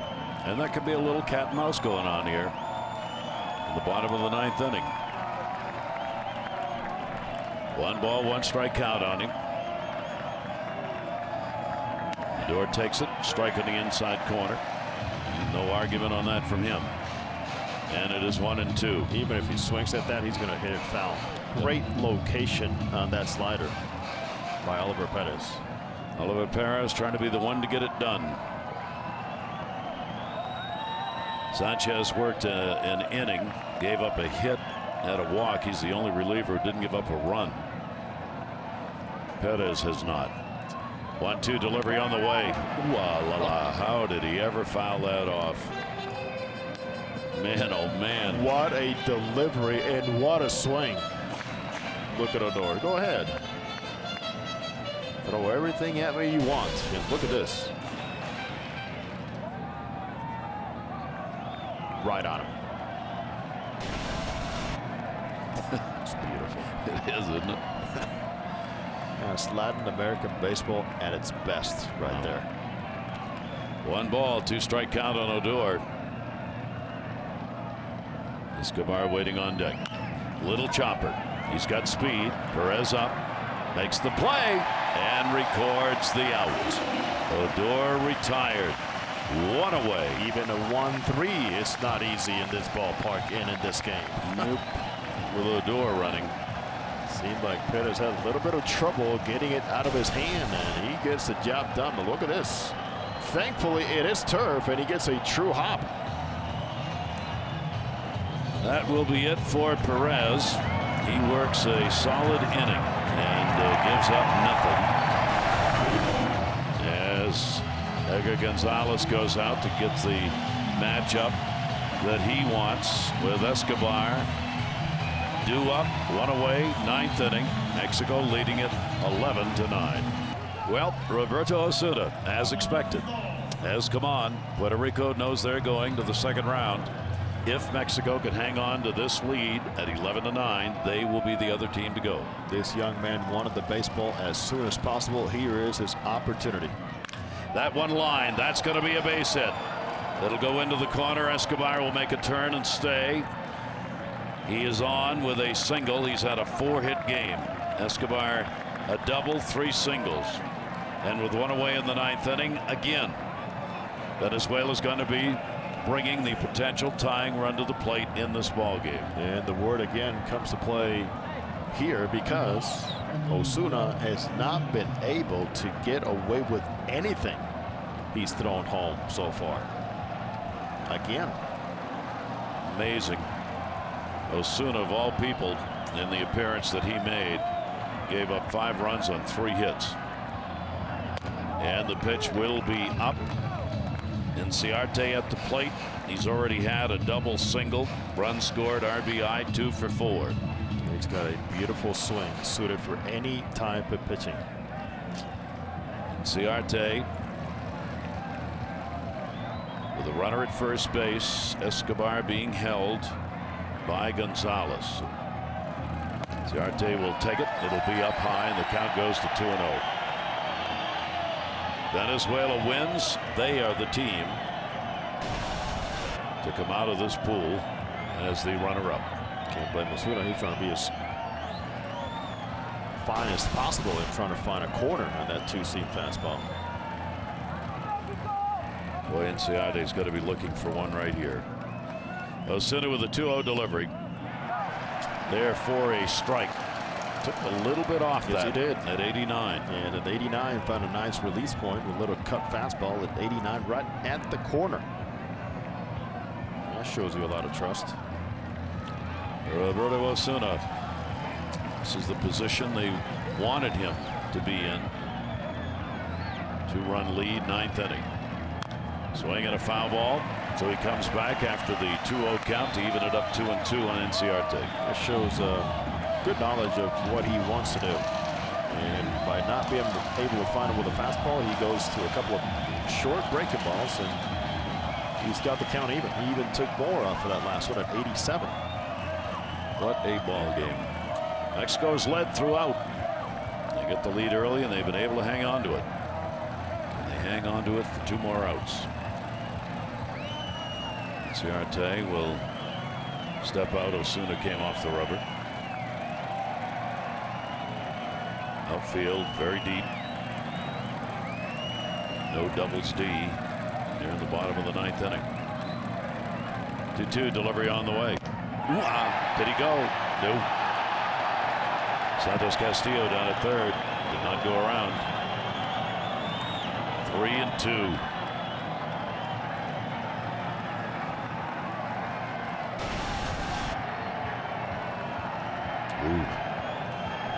Check swings are the tough calls. 3-2, 1 away. Escobar, will he go at first? He does not. And the ball is fouled away. Not going to take a chance on a strike him out, throw him out double play here. Especially now that you have a little velocity. Yep. You know, Osuna's got a very quick motion towards the plate.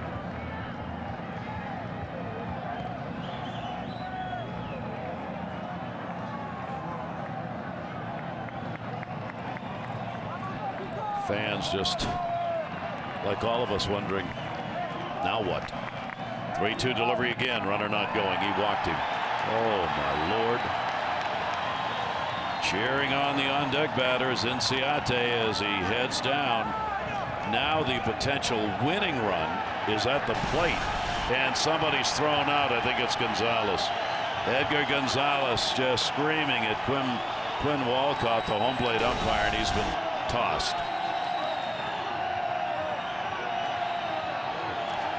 Why not? We've had everything else here. He's going out there and making a point and standing up for his pitcher on the mound and for the rest of his teammates. And now going to try and calm things down a little bit here as Rigoberto Beltran, the pitching coach, will come out. Runners at first and second, bottom of the 9th for Venezuela, 1 away. Chirinos, the number 9 hitter, will be coming up to face Osuna. And Chirinos, an interesting story that keeps developing. He's only in the lineup tonight because Salvador Perez is hurt. So he moves into the starting catcher role because of that, and he's delivered. So there's the home plate umpire saying, quiet down. And there he goes. Looks like he gave a couple of quick warnings. Yep. So Edgar Gonzalez tossed, the manager from Mexico. I'm looking for Chirinos trying to get something he can pull here. 1 away. That one was by him before he swung. Chirinos wants to know if that pitch was around the zone. Yep. Sometimes the umpires will answer that, sometimes they won't. 1 strike count. Escobar at second base. Enciarte's on at first. Chirinos has had a single, a couple of RBIs. One of them came when he was hit by a pitch in the 7th inning. Fans, of course, now are all over Quinn Walcott, the home plate umpire, and every call made.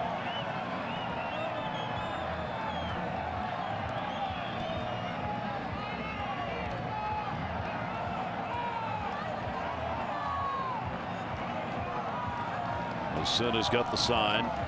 Big lead at second. 1-1 delivery on the way. Fouls it back. And Osuna gets ahead of him 1-2. There's no doubt he went right back to that fastball. He's lived it as a big leaguer, but never this intense in the month of March for Roberto Osuna. What an intense ball game. 1 ball, 2 strikes, 1 out. Altuve on deck. Just like Odor did, and trying to disrupt the timing and get in the pitcher's head. That's what Chirino does here. Adrian Gonzalez comes in. He's called for the catcher to come out and meet with him. And Arias, the shortstop, will join him. This is a conference that Gonzalez wanted. Just a hitter passing on information on what he sees from a hitter to a pitcher. Whatever it was, Gonzalez raised his hand, said timeout. And I can tell you it has nothing to do with where he's playing defensively. 1 ball, 2 strike count now. Delivered to Chirinos. He got him. Adrian Gonzalez, did he call that pitch? I would not be surprised, because he is the first one approaching Osuna at this moment again on the mound. That is huge. He went right to that off speed, got the spin and got the swing right over the top. So we are down to Venezuela with 1 out to work with. Outstanding execution, great finish all the way around. 2 on and 2 down in the bottom of the 9th. Little leadership from Adrian Gonzalez.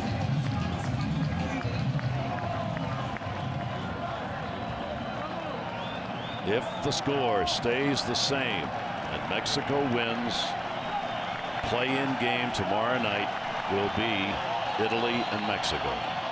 Altuve fouls it off. One of the game's best hitters now gets an opportunity with 2 away in the bottom of the 9th. 96 RBIs last season for the Houston Astros. 24 home runs. Does not get cheated. And savoring this moment representing Venezuela. 2 for 5 in the ball game. He's had 2 singles and an RBI. Altuve chases. Osuna ahead of the count, 0-2. Mexico looking for their first win in the round robin. 3 games played.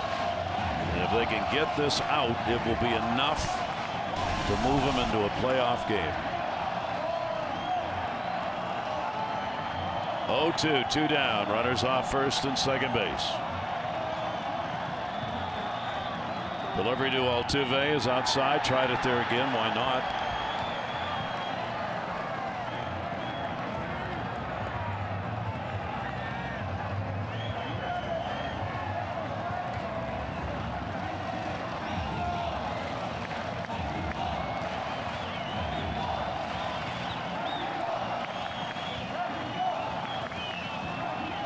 One ball, 2 strike count. Delivery to Altuve. In the air, right field. They were playing fairly shallow. Verdugo's got it, and Mexico has come away with an 11-9 win. There will be an extra game. Italy, Mexico tomorrow night to decide the runner-up out of this pool.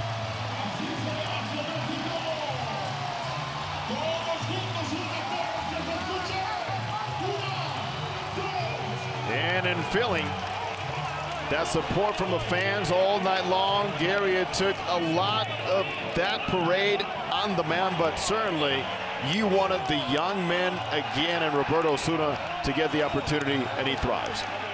What a ball game. This has been a tremendous WBC pool. The games have been exciting, unending lives of their own, just like this game was. But Mexico never trailed in this ball game. They jumped out early with runs, and they made it last. We're talking before the game on the importance of the intangibles we're going to have to play with this ball game. You're down 0-2. You have not won a game, and you still have a chance to advance. Something's going right. And then to hit your leader, your face, the guy that carries that flag so heavily, there he is, number 23, Adrian Gonzalez, just be a factor from the first pitch to the last. It's absolutely uplifting for the whole country of Mexico here in Guadalajara. And Osuna able to come on and finish it off.